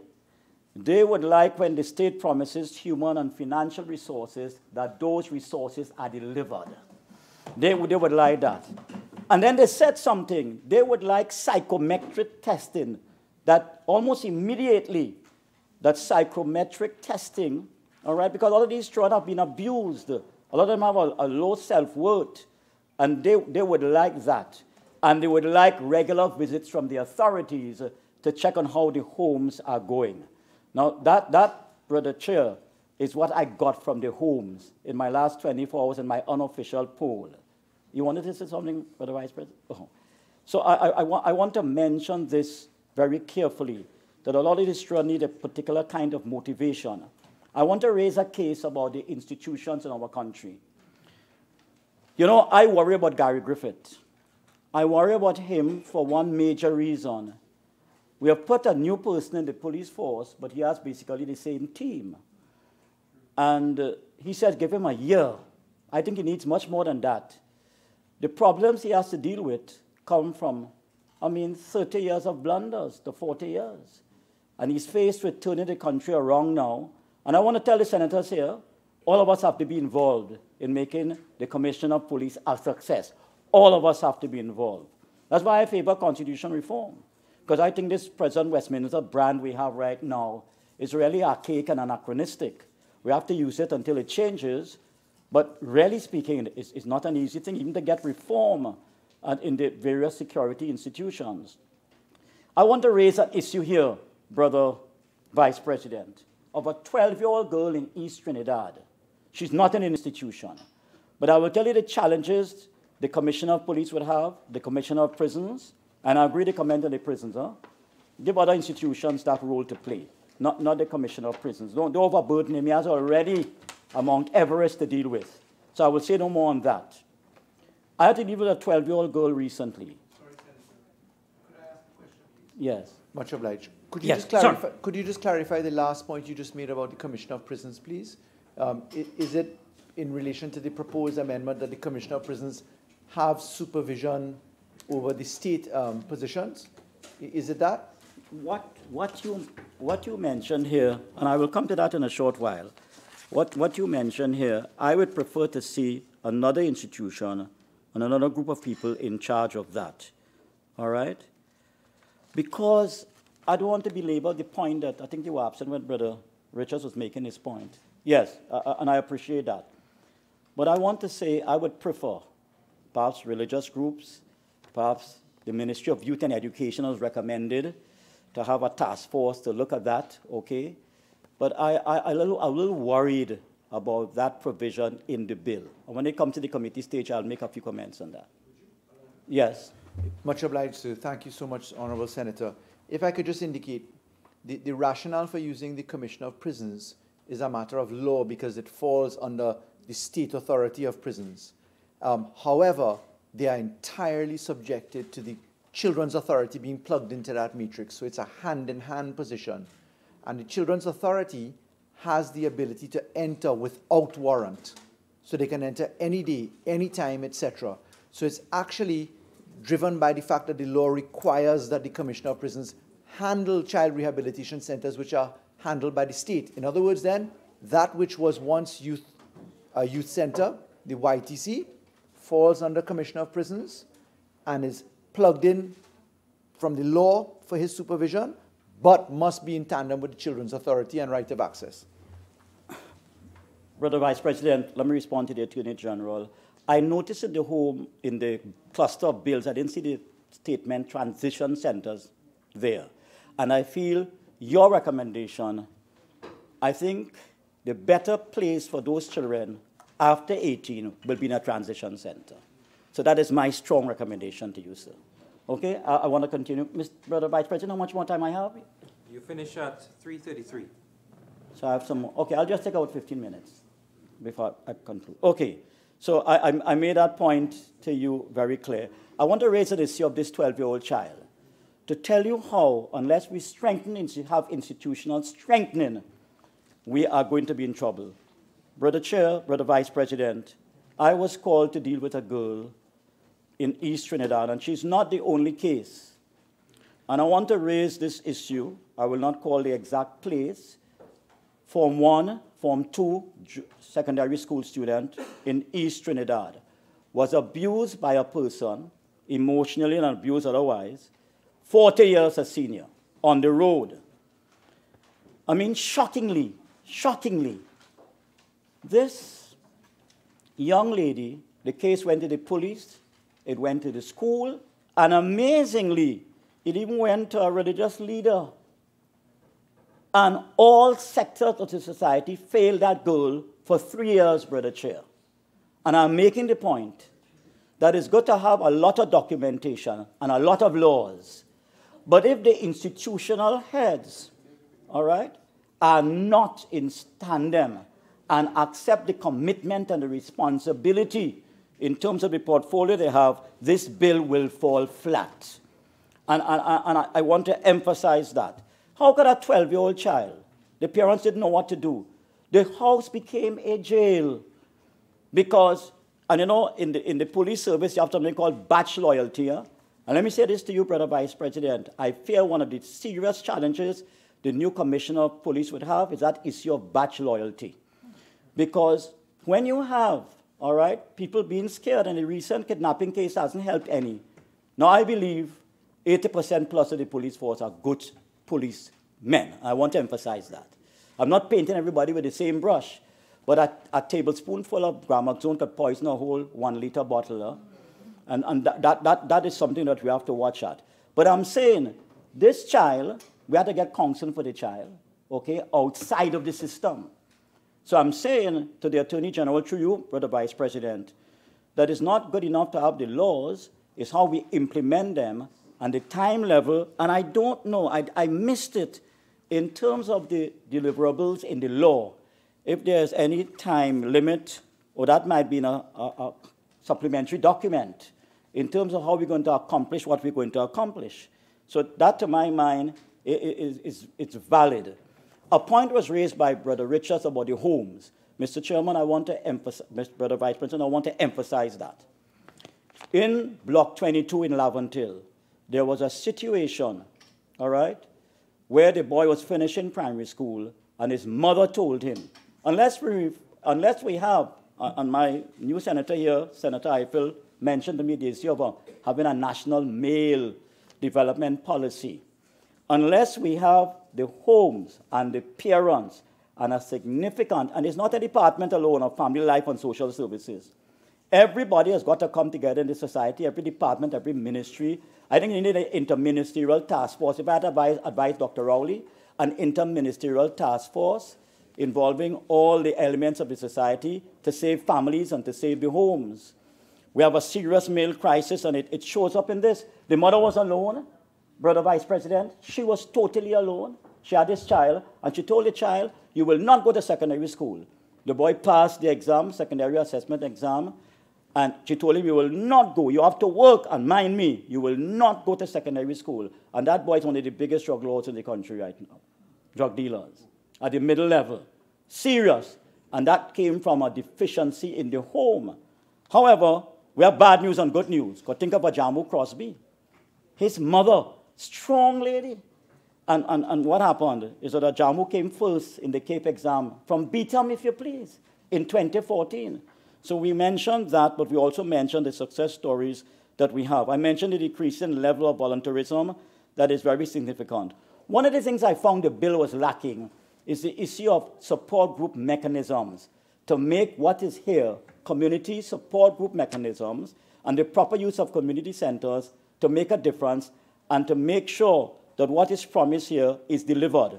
Because what I see here, and to accomplish what is there, and to make these institutions, these children rehabilitation centers, so you're now calling them total quality institutions, would require a significant community transformation, greater volunteerism, and a greater level of motivation and leadership in the country who will have and model the ability to unite rather than to divide. Hello, they say the greatest challenge in the 21st century is embracing diversity, you know. This is a diverse country. And therefore, our leaders on both sides of the political divide must show themselves as mentors and models to unite the society together, not polarize the society, and to show the value of pulling together. That, to my mind, is the greatest need of Trinidad and Tobago at this time. I want to tell the folks and the Attorney General, you have to slip out again, let's be very careful about admitting people into the homes, crossing boundaries, taking pictures, and that kind of thing. When I read the bill, that jumped out of me. I hope we have, and at the committee stage, I'll be making a point that we have great checks and balances in terms of admitting people into the homes. I agree with the decision to give permission with proper supervision for you to go on further the education. I agree with the empowerment. I agree with the board management. I agree with the increase in size. I disagree with the fact that you leave out people with experience who have a proven track record of ministering to people in homes. It can be people from churches, people from NGOs. I think that is a major lack in the bill, Brother Vice President. It is important for us to look at what is taking place in the youth population. In terms of people, we have to have serious background checks for those who lead these institutions.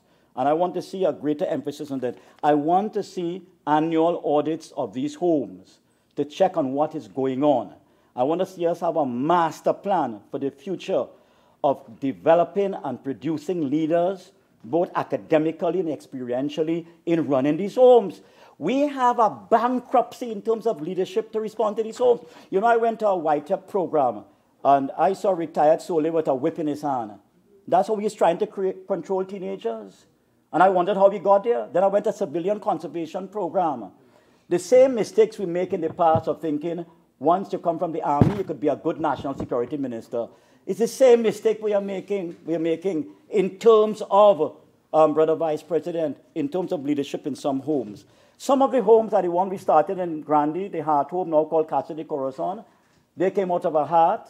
And I will tell you before I sit down how that home came into existence. In the 1990s, you had people in the late 80s, very concerned about getting AIDS. There was a lot of misinformation. People feel by touching a child they could get AIDS.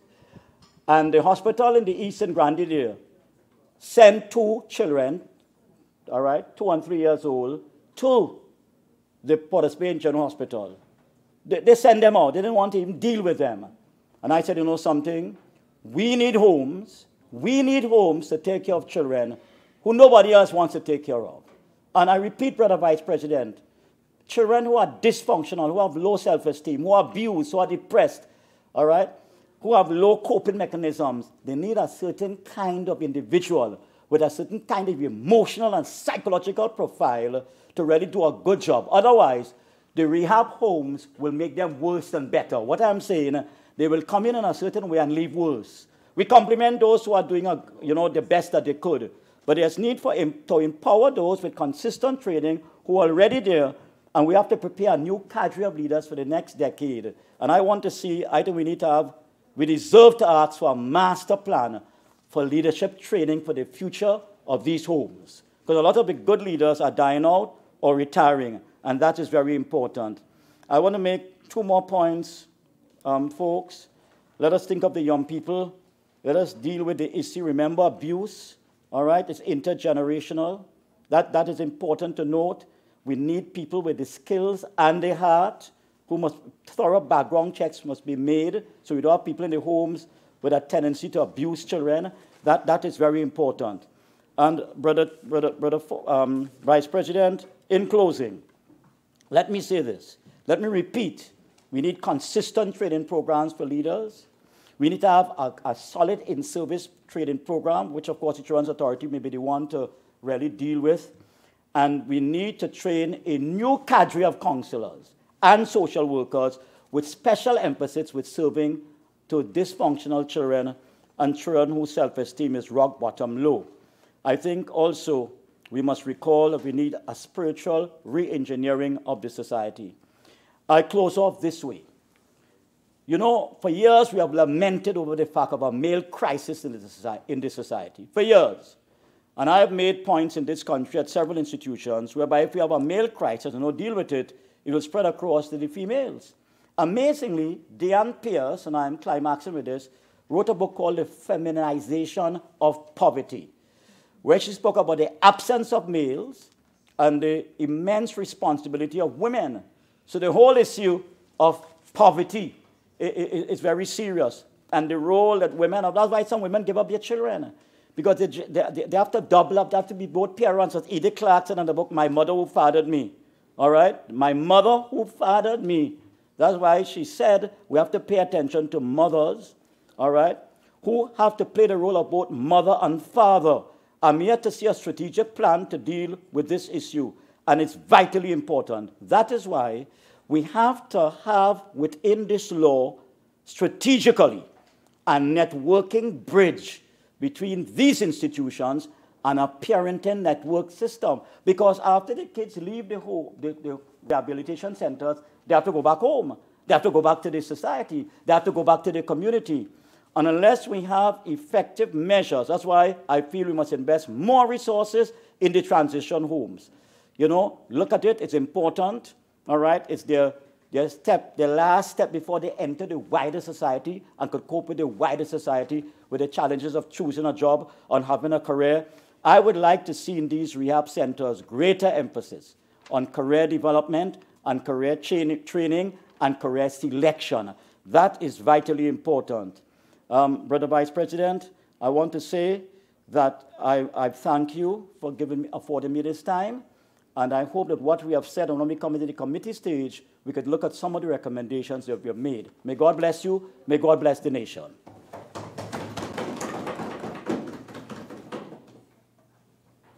Senator Simonet.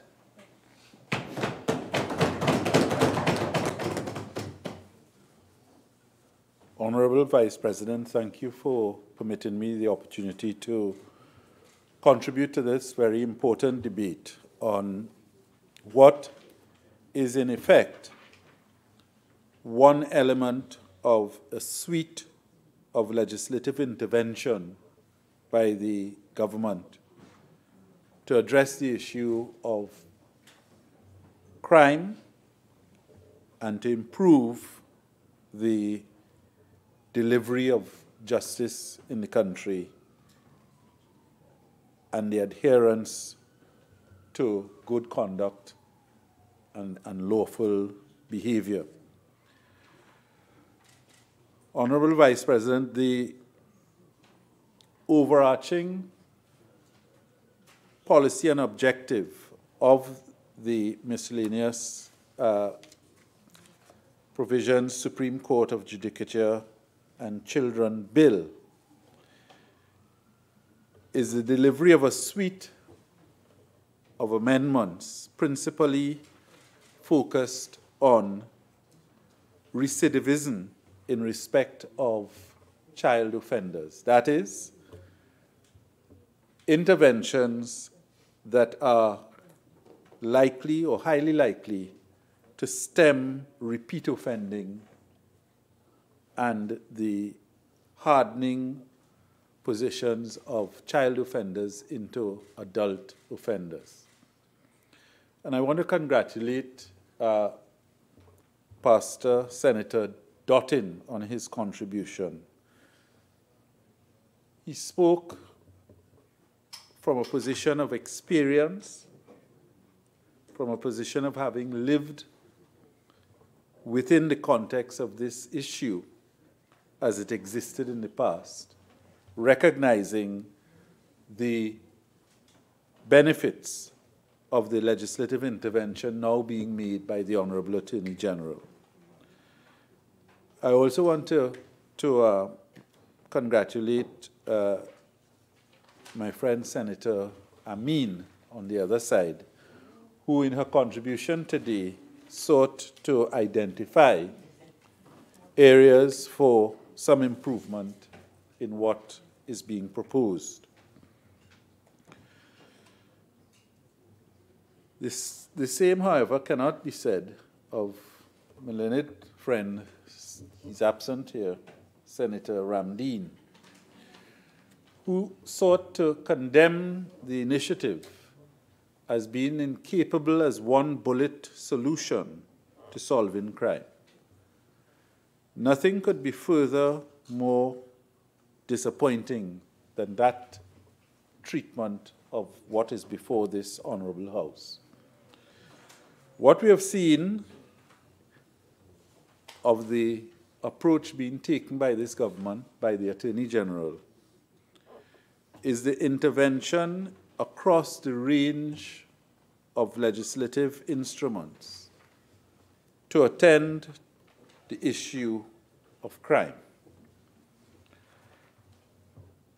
That intervention we saw with the DNA Act.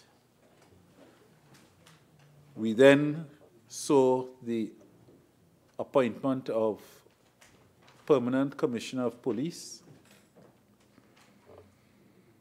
And we now have before us focus on the establishment of the Criminal Divisional Court and the adjustments in the magistracy to unburden the magistracy of certain traffic offences and the like.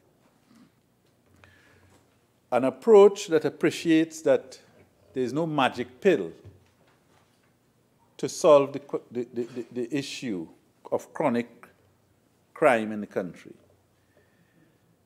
So that when my learned friend, Mr. Ramdeen, refers to the solution of the Witness Protection Act or legislation, it is with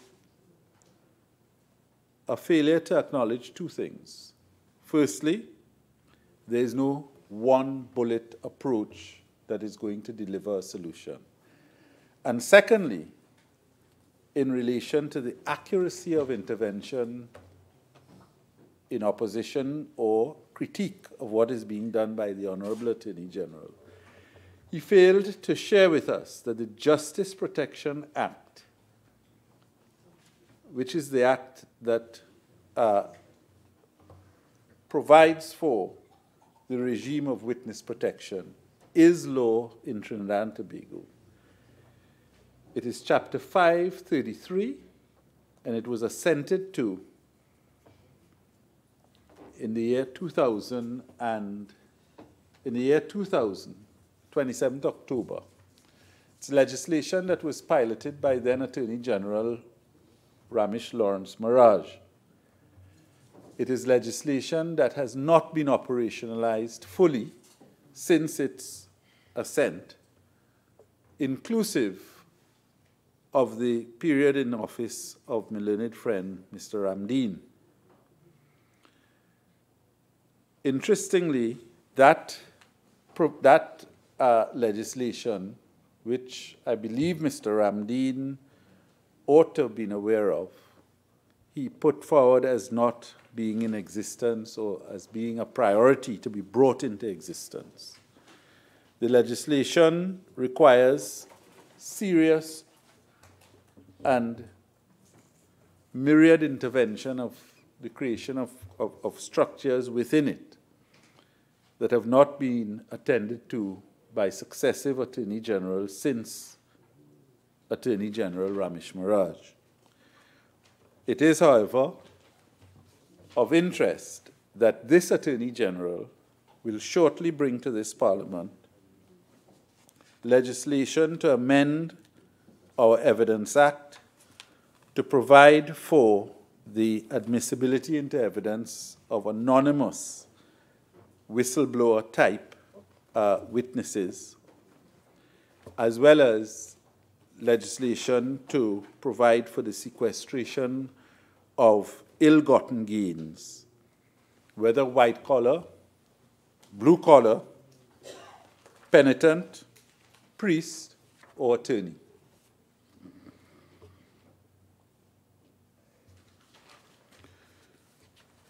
Mr. Vice President, it is also important to note that the amendment being sought, permitting for the increase in judges from 49 to 64 at the High Court level and from 12 to 15 at the appellate level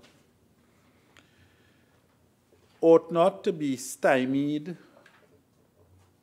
on the basis of the current difficulties in the judiciary, or to await any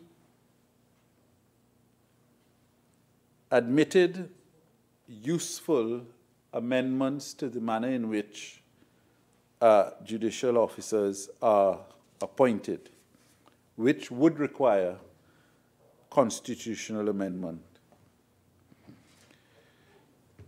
My learned friend, Mr. Ramdeen,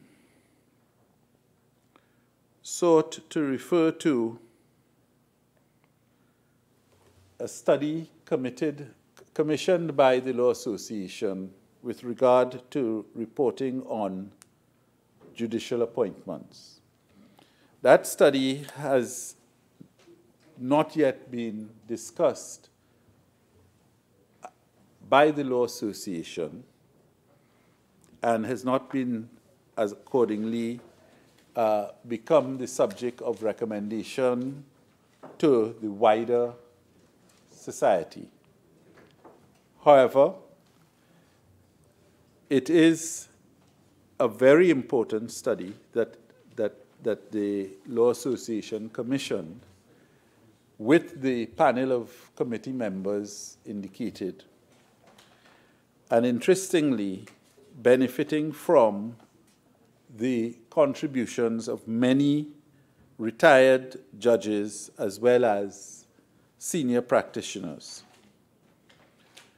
The study, I am reliably informed, does not, whilst it makes recommendations for improving the system for appointment of judges and the manner in which judges are to be appointed,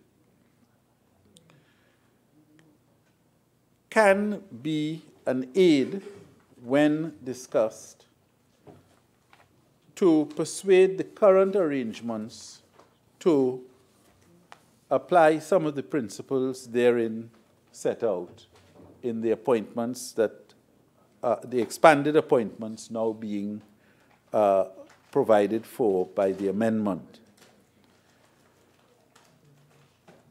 It cannot be the case that Nero fiddles while Rome burns. Yes, we accept that the judiciary is in some degree of difficulty with regard to recent events, but this is not a circumstance in which we've not found ourselves previously. Prior to this, we did experience several conflicts, several areas of disputation with regard to the judiciary. It is worthy to reflect on some of that history. In our period after 1970, there was a delay by the then government in the appointment of a Chief Justice. Following that, we had the Crane issue, where the de facto suspension of a High Court judge was challenged, and the flawed proceedings for his removal were the subject of review in the courts. We had the conflict between the Attorney General and Chief Justice on accountability of the judiciary, which was a period in which I myself was a member of the council of my trade union, as I call it, the Law Association, ending with the Telford Georges report initiated by said Law Association. That conflict was brutal. I would suggest it raised very deep and serious issues regarding the manner in which the judiciary interacted with the legal profession and the manner in which the executive interacted with the judiciary. And that report of Justice Telford George's decease, I recommend as reading for all senators embarked upon the exercise of oversight of any constitutional amendments to the processes for the appointment of judicial officers. Following that incident, we had the conflict between the profession and the judiciary over the implementation of the civil proceedings rules. Again, one with which I was intimately involved. We were able, that is the profession, to press the judiciary to accept and accommodate several useful amendments to what then was being proposed by what was called the Wolf Rules.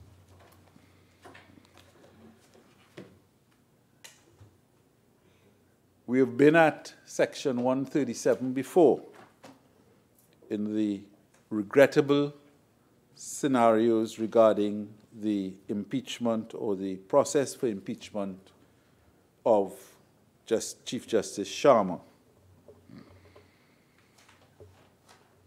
So that to bury our heads in the sand and say, to make provision for expansion of the number of judges, which is predicated upon the patent overload of the judiciary at this point.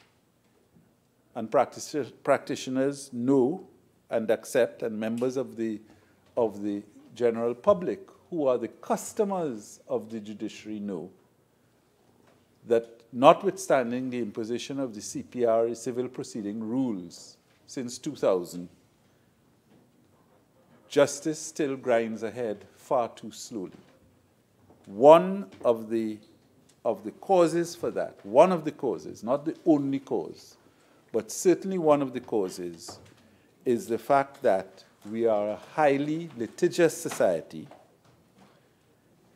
and with the number of new cases being filed every year and docketed and allocated to judges, judges are burdened sometimes with as many as 50 cases, sometimes more, under their management.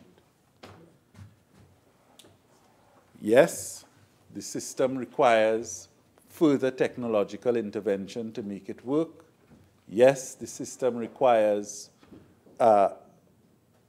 better management, as adumbrated by Senator Elton Prescott, Senior Counsel. But it cannot be ignored that the sheer volume of work can and requires a greater number of judges. So that the provision for that expansion is not expediency, it's logic.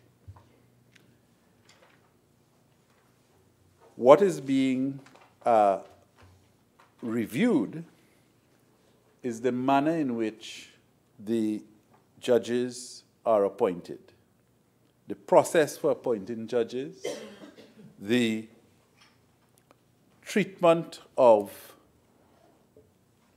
applications, and the criteria for such elevation. The starting point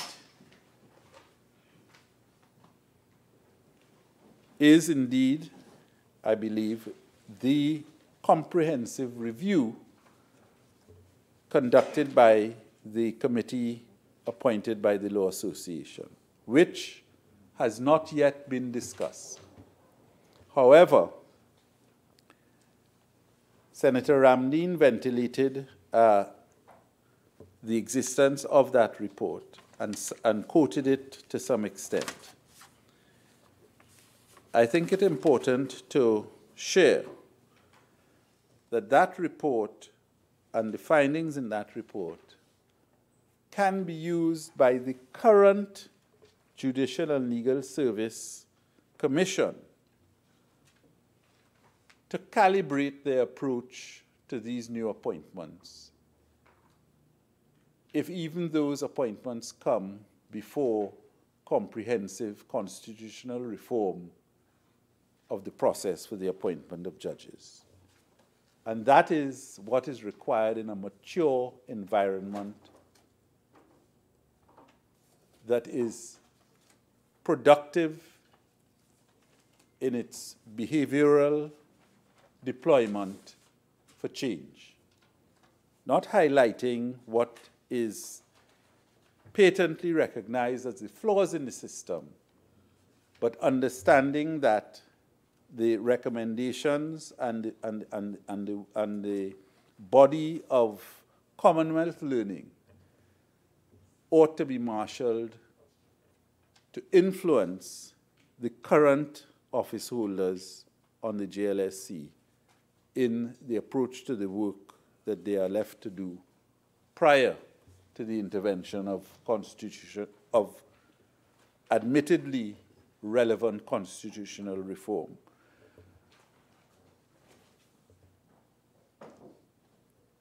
We have to do the best we can with what we have, and that is what Attorney General Alwari is about. It is not a cavalier approach to just increasing numbers. It is not a dismissal of what is patently required in the long term. It is grappling with the issues today so as to effect some degree of improved performance now, as opposed to down the road when, in this polarized environment, we hope that constitutional reform will be delivered to give us the Rolls-Royce model as opposed to a good working Cortina. So that in the area of guidance to the current JLSC, no doubt the Law Association will speedily put to discussion its very considerable report on appointments of judges, resulting in a change of step of the current JLSC. A change of step, having recognized that the predecessors to the current commissioners fell into error in certain areas. The other position that we find ourselves in is that the criticism raised of the suggestion or the proposal for recruitment from the wider Commonwealth. This opposition to the selection of judges from the Commonwealth requires some careful deliberation, in my respectful view. If only because the concerns have been expressed by my learned friend and senior counsel, Mr. Elton Prescott, by reference to the criteria and conditions he cited for recruitment of judges to the CCJ. Now, let me start by saying this, that the expansion to drawing upon the Commonwealth Bar or the Commonwealth's judicial officers for assistance is salutary. We have in Trinidad and Tobago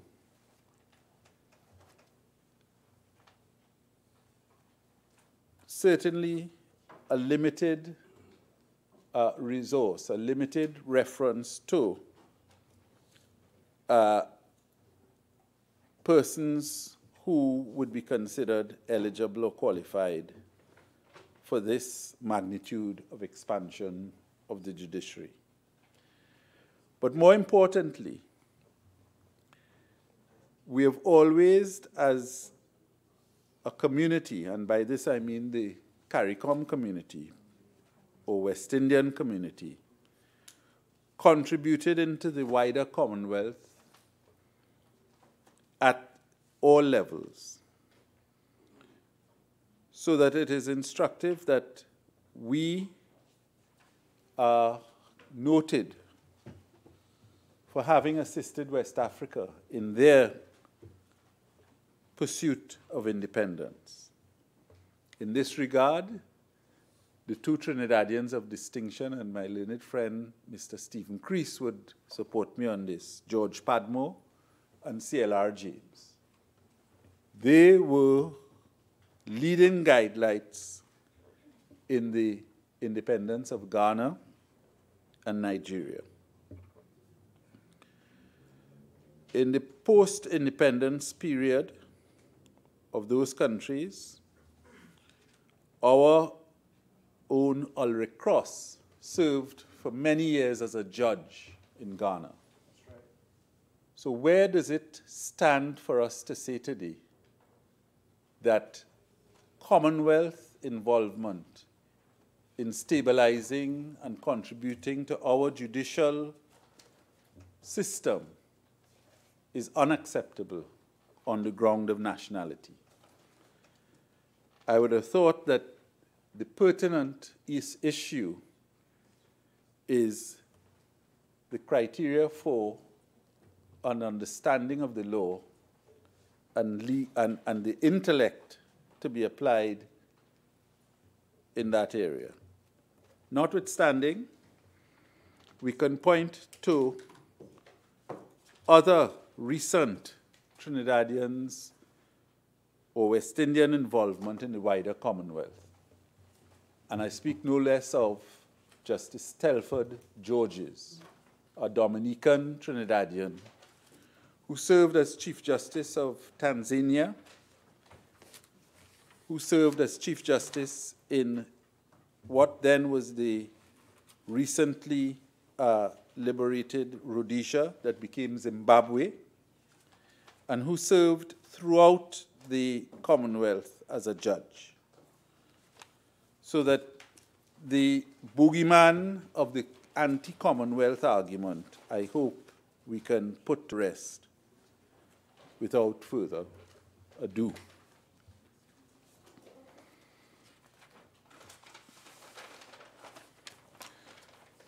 Mr. Vice President, in relation to the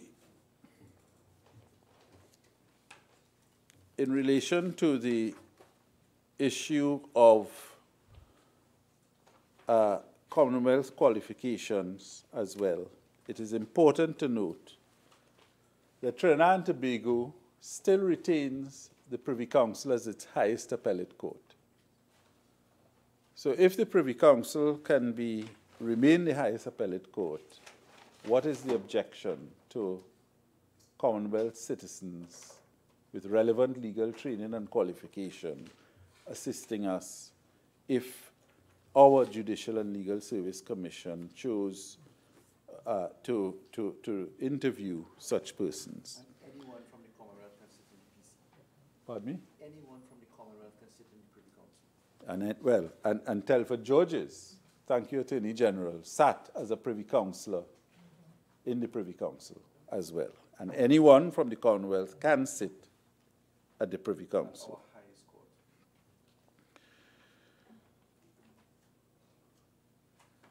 When one looks at scaling back on what the Commonwealth means, the very CCJ Act referred to by my friend, Senator Prescott,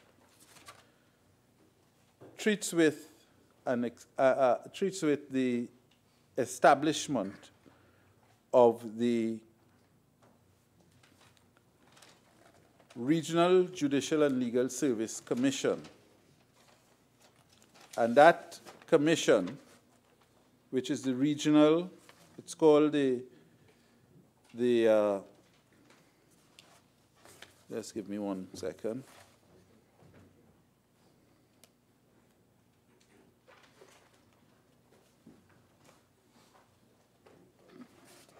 Yes, it's called the Regional Judicial and Legal Service Commission. And that commission establishing the judges and reviewing the judges to be appointed of the CCJ itself provides for the appointment of Commonwealth Caribbean persons, so that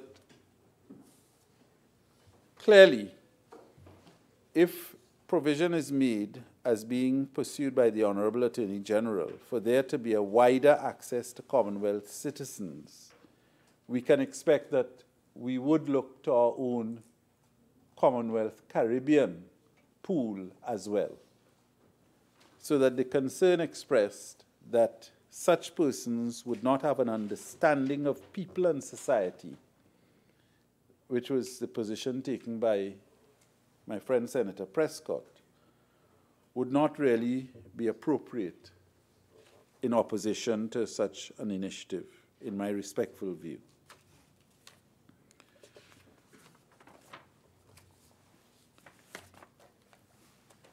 In relation to the guiding principles that ought to be looked at in relation to what is being recommended by the committee appointed by the Law Association. It is important to note that they are keen to have equality of opportunity for all, which the statistics thus far indicate reasonably complied with in the appointments so far. Appointments on merit, and that appropriate consideration be given to the need for the progressive attainment of gender equity and the removal of other historic factors of discrimination. And in Trinidad and Tobago, I think we have been able to achieve that balance in the appointments made thus far.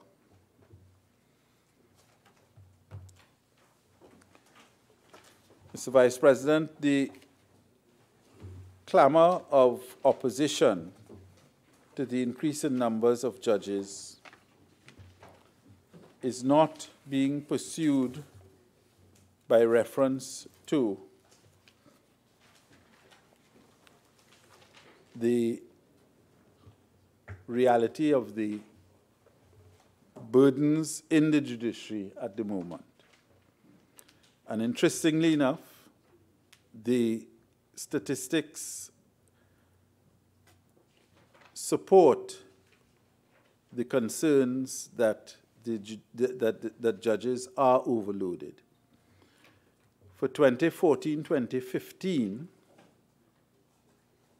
which are the last statistics that I could unearth as published by the judiciary, we had 4,716 civil matters filed, with 811 of those not having been disposed of. In relation to the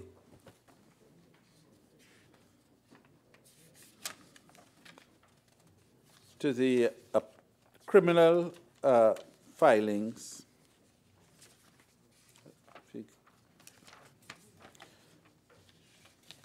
And caseload, there were an average in 2014, 2015, and these are capital cases. You had 129 filed, of which 21 were capital offenses and 108 non-capital. And the disposal rate was way under 50%. With that type of statistic, what you can draw is this, that the appearance of justice being delivered is absent. If cases are not resolved, and this applies to the civil and possibly more so to the criminal arena,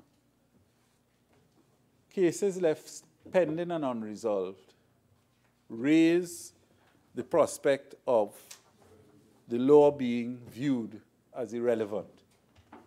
Or, put another way, there being no consequence for deviant behavior.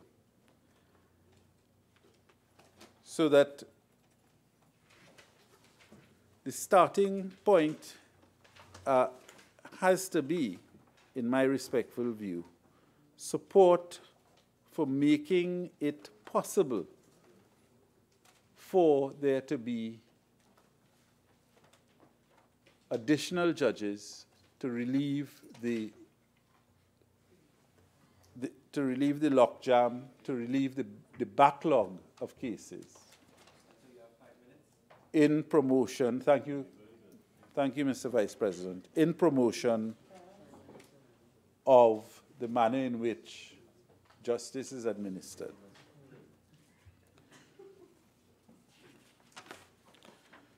Mr. Vice President,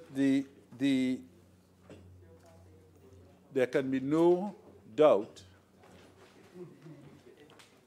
that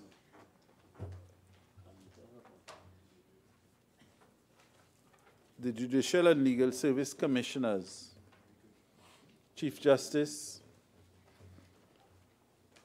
Ms. Maureen Manchuk, who is Chairman of the Public Services Commission, Senior Counsel Ernst Coilas, Madam Justice Charmaine Pemberton, and Ms. Nicole Bobron-Toby are challenged to reverse the impressions and the record of recent times of errors of the Judicial and Legal Service Commission. Nobody is running away from the reality of that task. Let such persons, let the commissioners reflect upon what the nation expects of them, lift their approach to task and duty, and with the support of the Attorney General and this government, start moving the process forward to achieving respect for the law and delivery of justice. I thank you, Mr. Speaker. Senator Haynes. Thank you, Mr. Vice President. As I joined the debate on this omnibus bill, I just would like to put my presentation here today in some context. When the Attorney General moved the debate on this bill, the Attorney General asked for our support and told us of the importance of the bill. And I think there is no denying that this is an important piece of legislation and that there are a lot of sections in it that are worthy of supporting moves in the right direction. But I would just like to go to Senator Ramdeen's presentation, where he highlighted that we cannot use expedience and we cannot try to do things quickly and sacrifice doing things the right way. And the opposition has time and time again said that we are willing to work with the government to pass good law. But my fear is, after almost a year of sitting in the Senate, that the government has weighed heavily on legislation being their main achievement after 3 years in government. And so what you'll see happening is that we come here and we use the parliament and we pass laws without giving any real thought to the impact and how it affects the citizens of Trinidad and Tobago. That is to say, if what we do today, in a few months, would the Attorney General be able to report to us and give us an assessment saying, this is how the delivery of justice, this is how the lives of our children have improved since the passage of this legislation.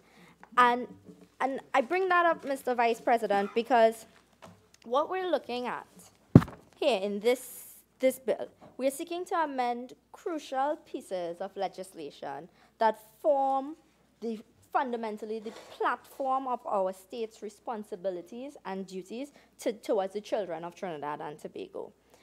And because we are doing that, Mr. Vice President, it's where I would like to urge a certain amount of caution and thoroughness, that we look at the clauses in the bill and we really ensure that what we are seeking to do will have a real impact on the lives of these children who are in this vulnerable situation.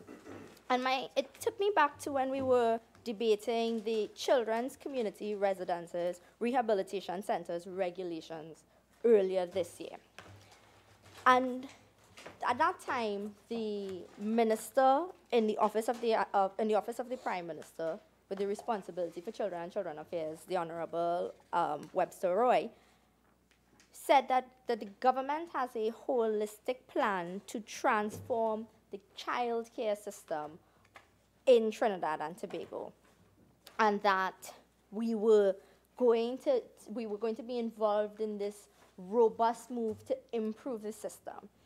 And in that debate, and why I brought this up is because a number of senators had recommendations for the Community Residences Rehabilitation Center, the bill and the regulations. And the government and the Attorney General at that time said that we were not able to look at to facilitate the amendments and the work at that time.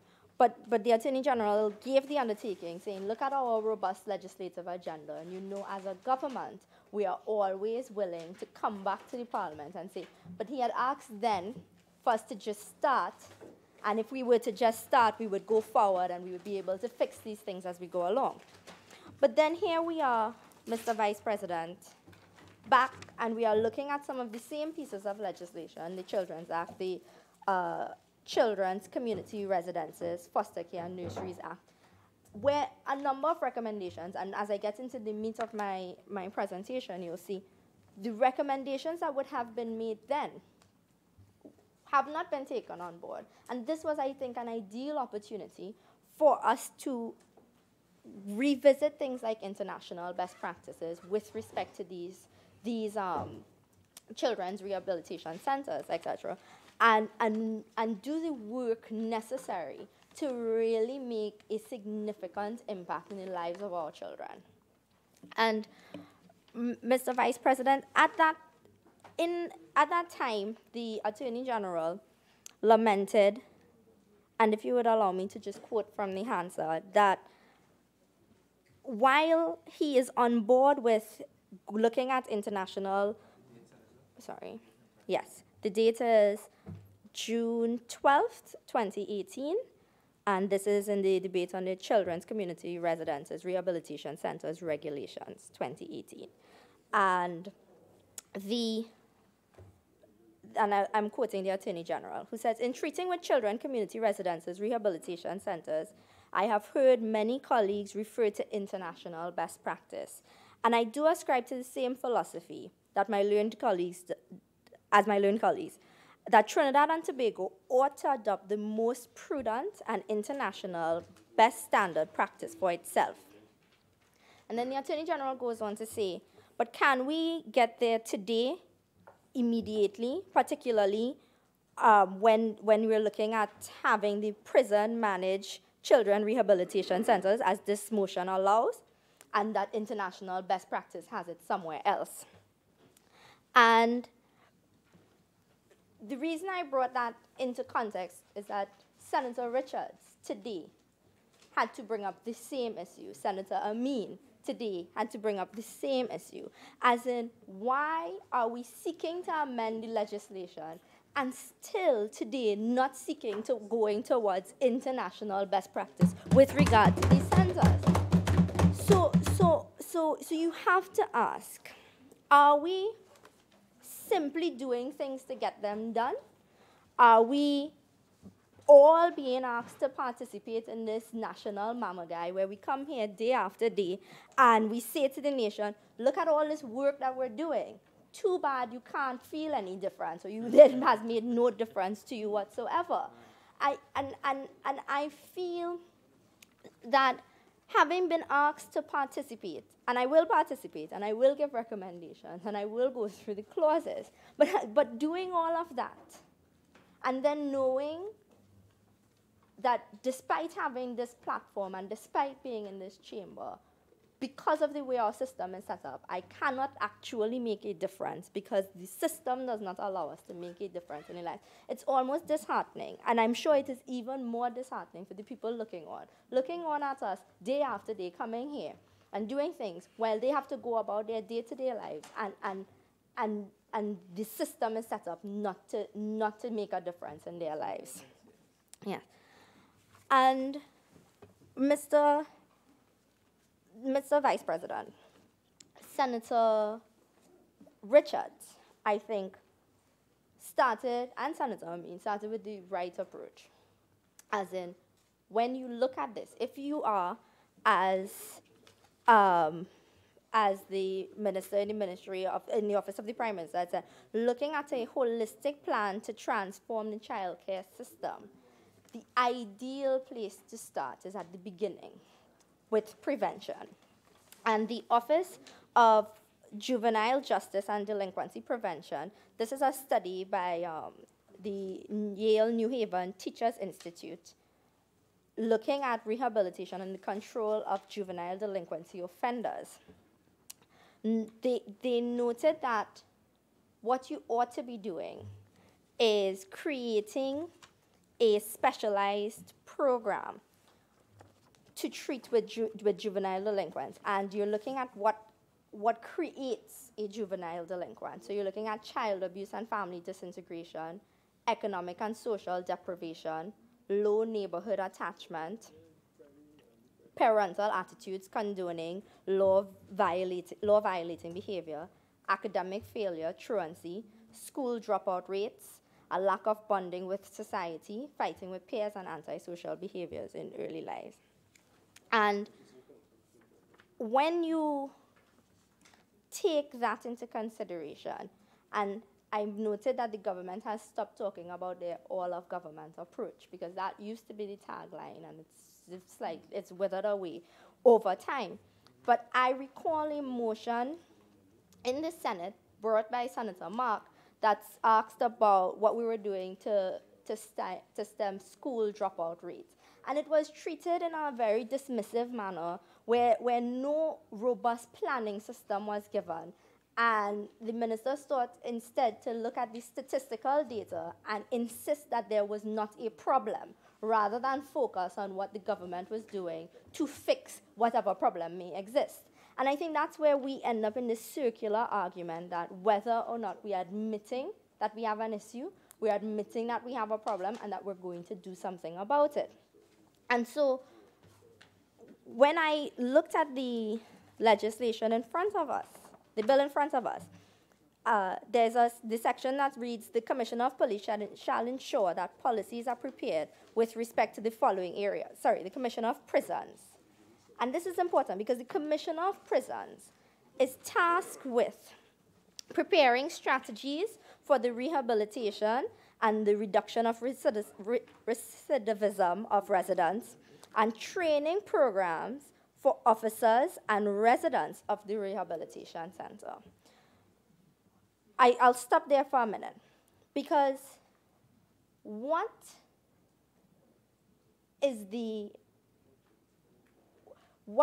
how are we tasking the Commissioner of Prisons with creating these strategies? What in the job description of a Commissioner of Prisons allows him or her the expertise to create strategies for rehabilitation, but also the training programs for the officers and for the residents? So I go back to this New Haven Teachers Institute, because what they're doing, Mr. Vice President, they've embarked on, the institute has embarked on an entire 4-unit program to train persons who work in centers, and not only that, but train persons who are in the juvenile delinquent system, who are part of the system, who may have run afoul of the law, but to train them to be peer mentors and peer teachers.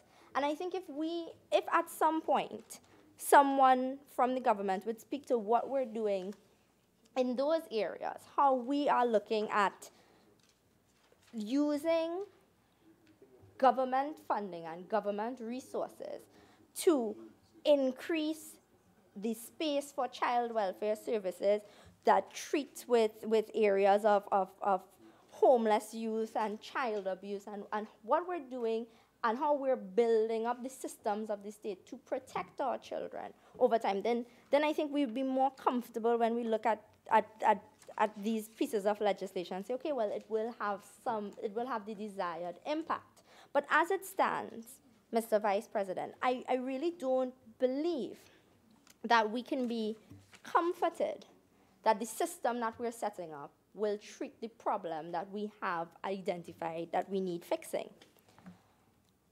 When I listened to Senator Richards, my mind went back to pleas that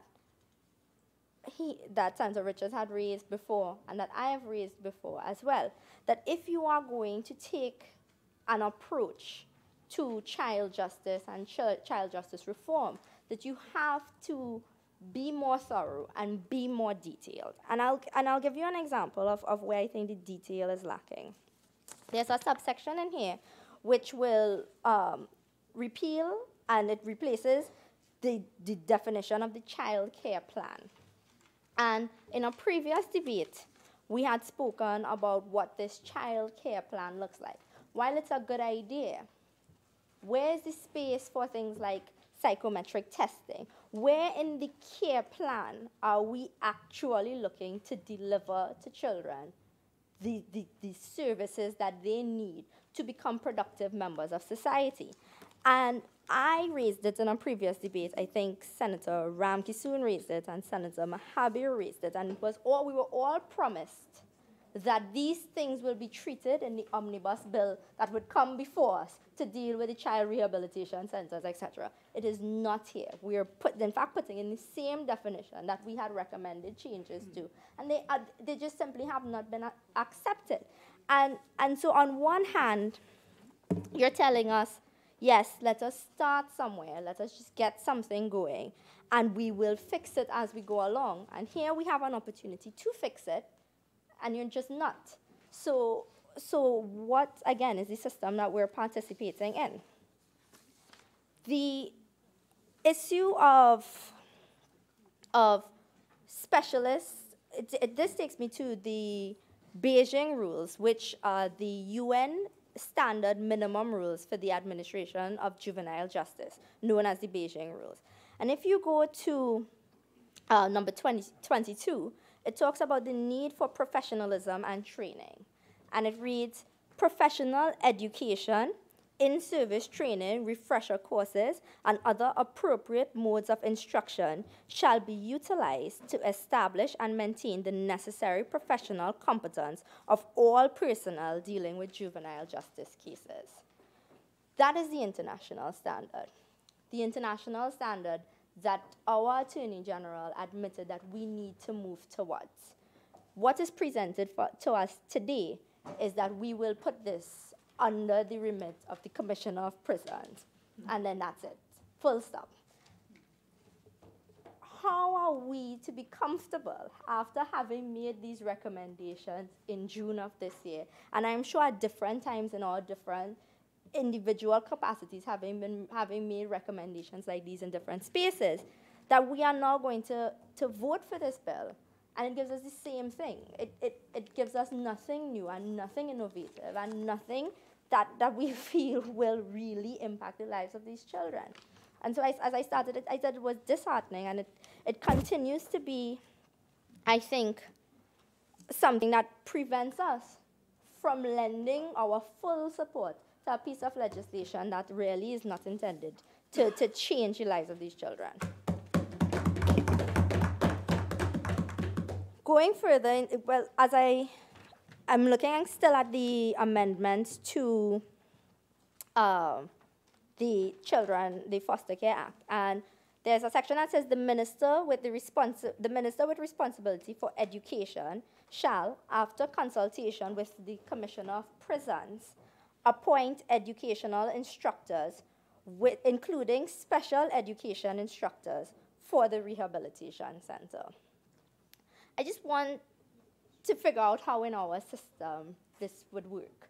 So is it that the Commissioner of Prisons approaches the Minister of Education and says, let me find some teachers, any teachers, to come into the juvenile detention center and then utilize the program that was previously devised by the Commissioner of Prisons?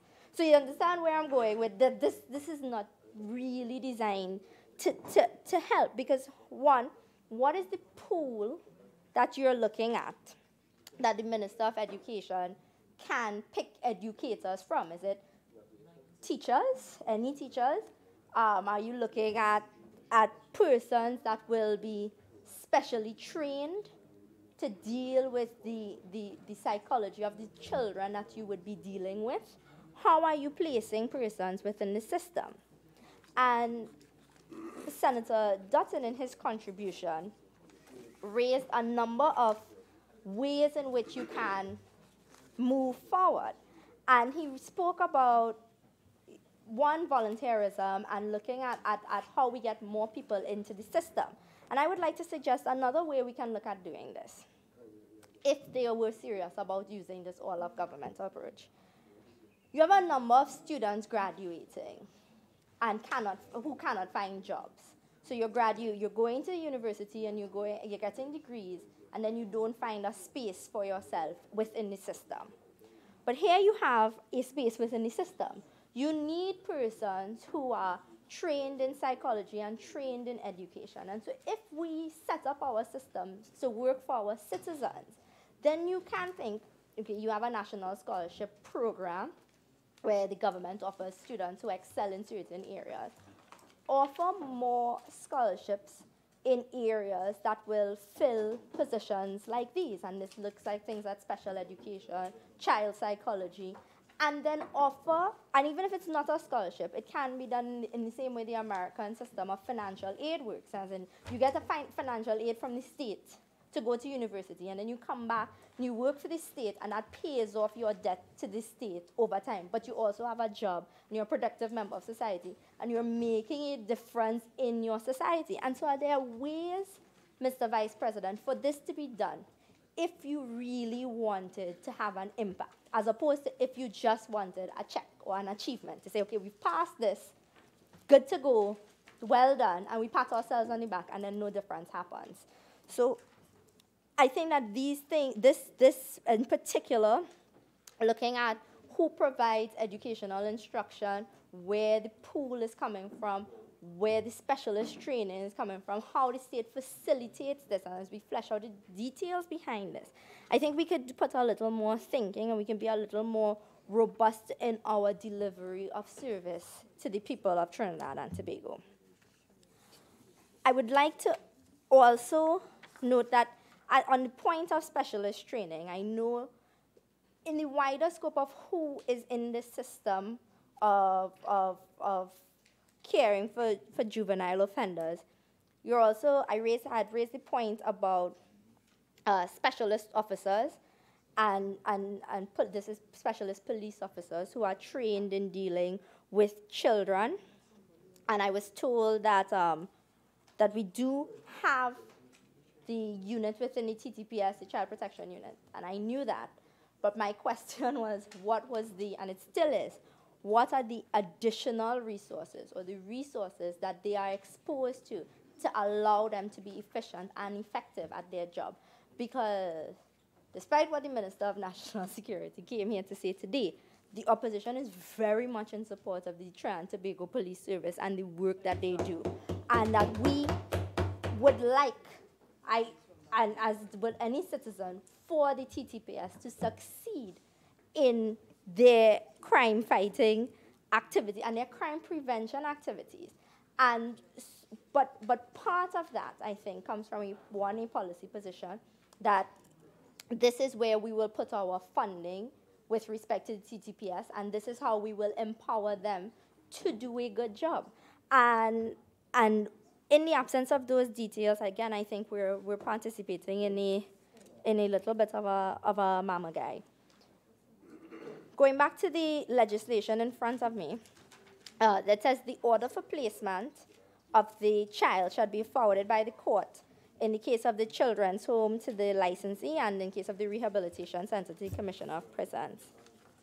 And going, again, following the place this legislation has gone, the steps this legislation has gone through over time, I know that Senator Choate had in a previous time raised the issue in terms of admittance into these spaces.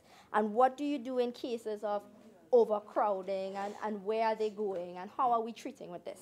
And so you have it here again. And I saw the space for that you can now have temporary placements. They can be temporarily placed and that you have to go through a system. But let us think about how a system works in real time.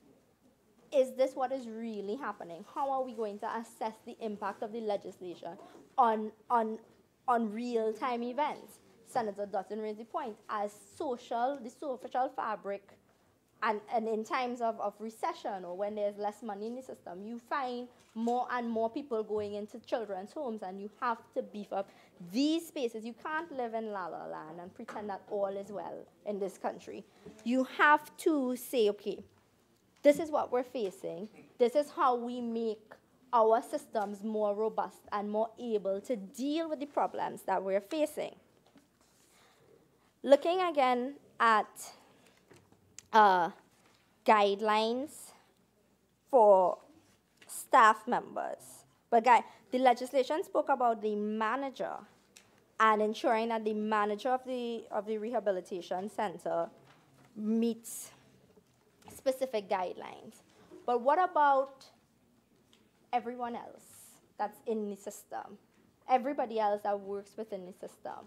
How are we ensuring that the people who are in contact with these children reach of the highest standards? What is our employment pool? Who are we looking at to be in connection with children who may be of a more fragile psychological nature at this point in time and in need of greater care, and of persons who you entrust these children with, persons who are not just there to make a living, but actually there to make a difference. And I think that's something that we ought to be thinking about, how we design our systems to make a difference in the lives of these children. On the point of accountability, the Senator Amin raised the point of the license being, you have the license for 2 years, and Senator Dutton raised the point of the robust auditing system. In Trinidad and Tobago, I think we don't pay enough attention to continuous monitoring and evaluation. So we will set up a system, and you'll put these things on a piece of paper and say, and you anticipate, you just hope that everyone does the right thing and that everybody acts the way they ought to. But if you put proper monitoring and evaluation systems in place, and that also starts by having a means of assessing the success of the program, the success of the impact of your changes, or as they're rightfully called, impact assessments, then you can see that you make little tweaks here and there, and you make up moves in the right direction, and you have a way to assess and judge the impact your changes are having.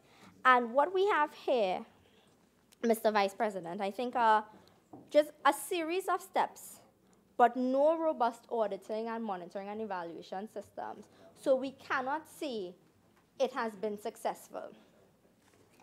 Senator Ramdeen had raised the point in his presentation on the last day that Trinidad and Tobago is at this juncture where crime and criminality is our #1 problem, and it is the #1 problem facing the people of Trinidad and Tobago. If you start here with children who may be prone to criminal behavior, and if you get this right, you solve one of our biggest problems. So all of our efforts should be focused on getting these things right, and not getting it done quickly, but getting it done in a way that it treats our biggest problem. And Mr. Vice President, I say that because when you look at where our focus is, it's all almost elementary in the way that we're putting it forward. There's no aspirational nature in the way we're setting up our systems. And I remember in an earlier debate, the Attorney General saying, yes, we can look at the videos of Norway and Finland, but we're simply not there yet. But what are the steps we're taking to get there? If in this debate we had been told these are the improvements to the physical structures of the rehabilitation centers, these are where we have our training programs taking place, these are the people that will be coming in to treat with juvenile detention, with juvenile offenders, these are our special educators, this is our specially trained section of the police service, and we've given them X and Y, then I think we'd be a little more comforted in the fact that we are doing all that we could.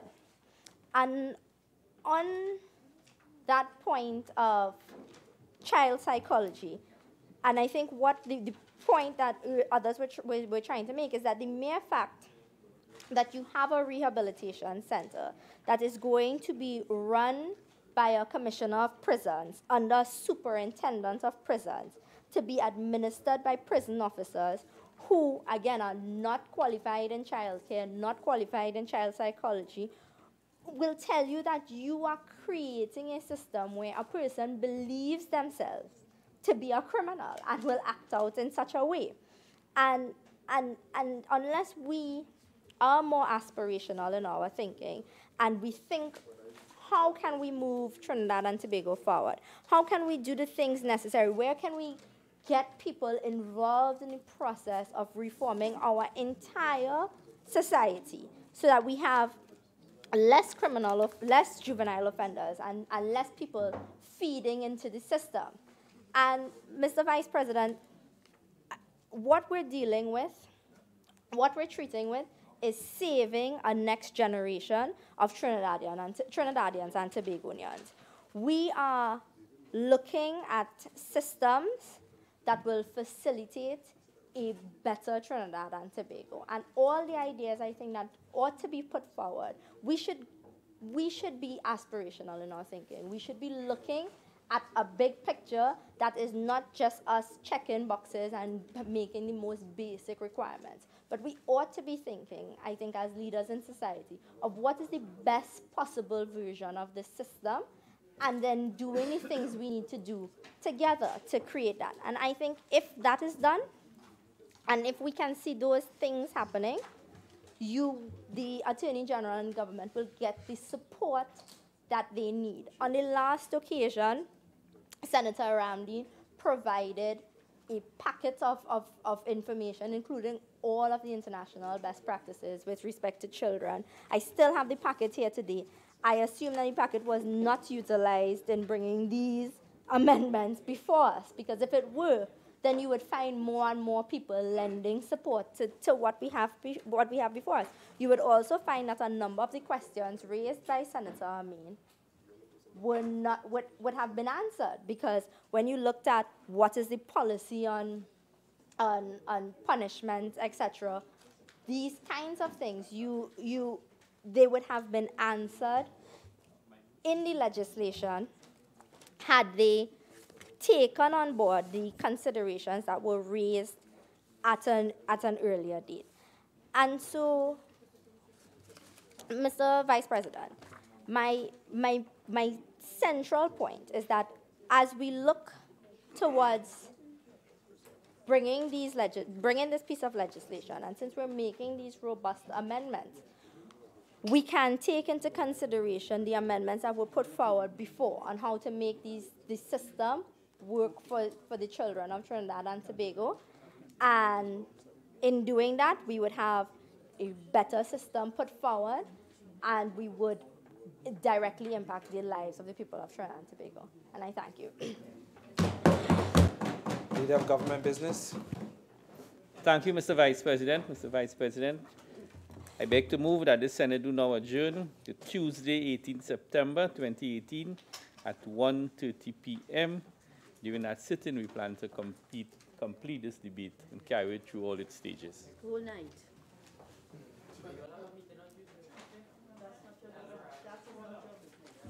Honorable Senators, before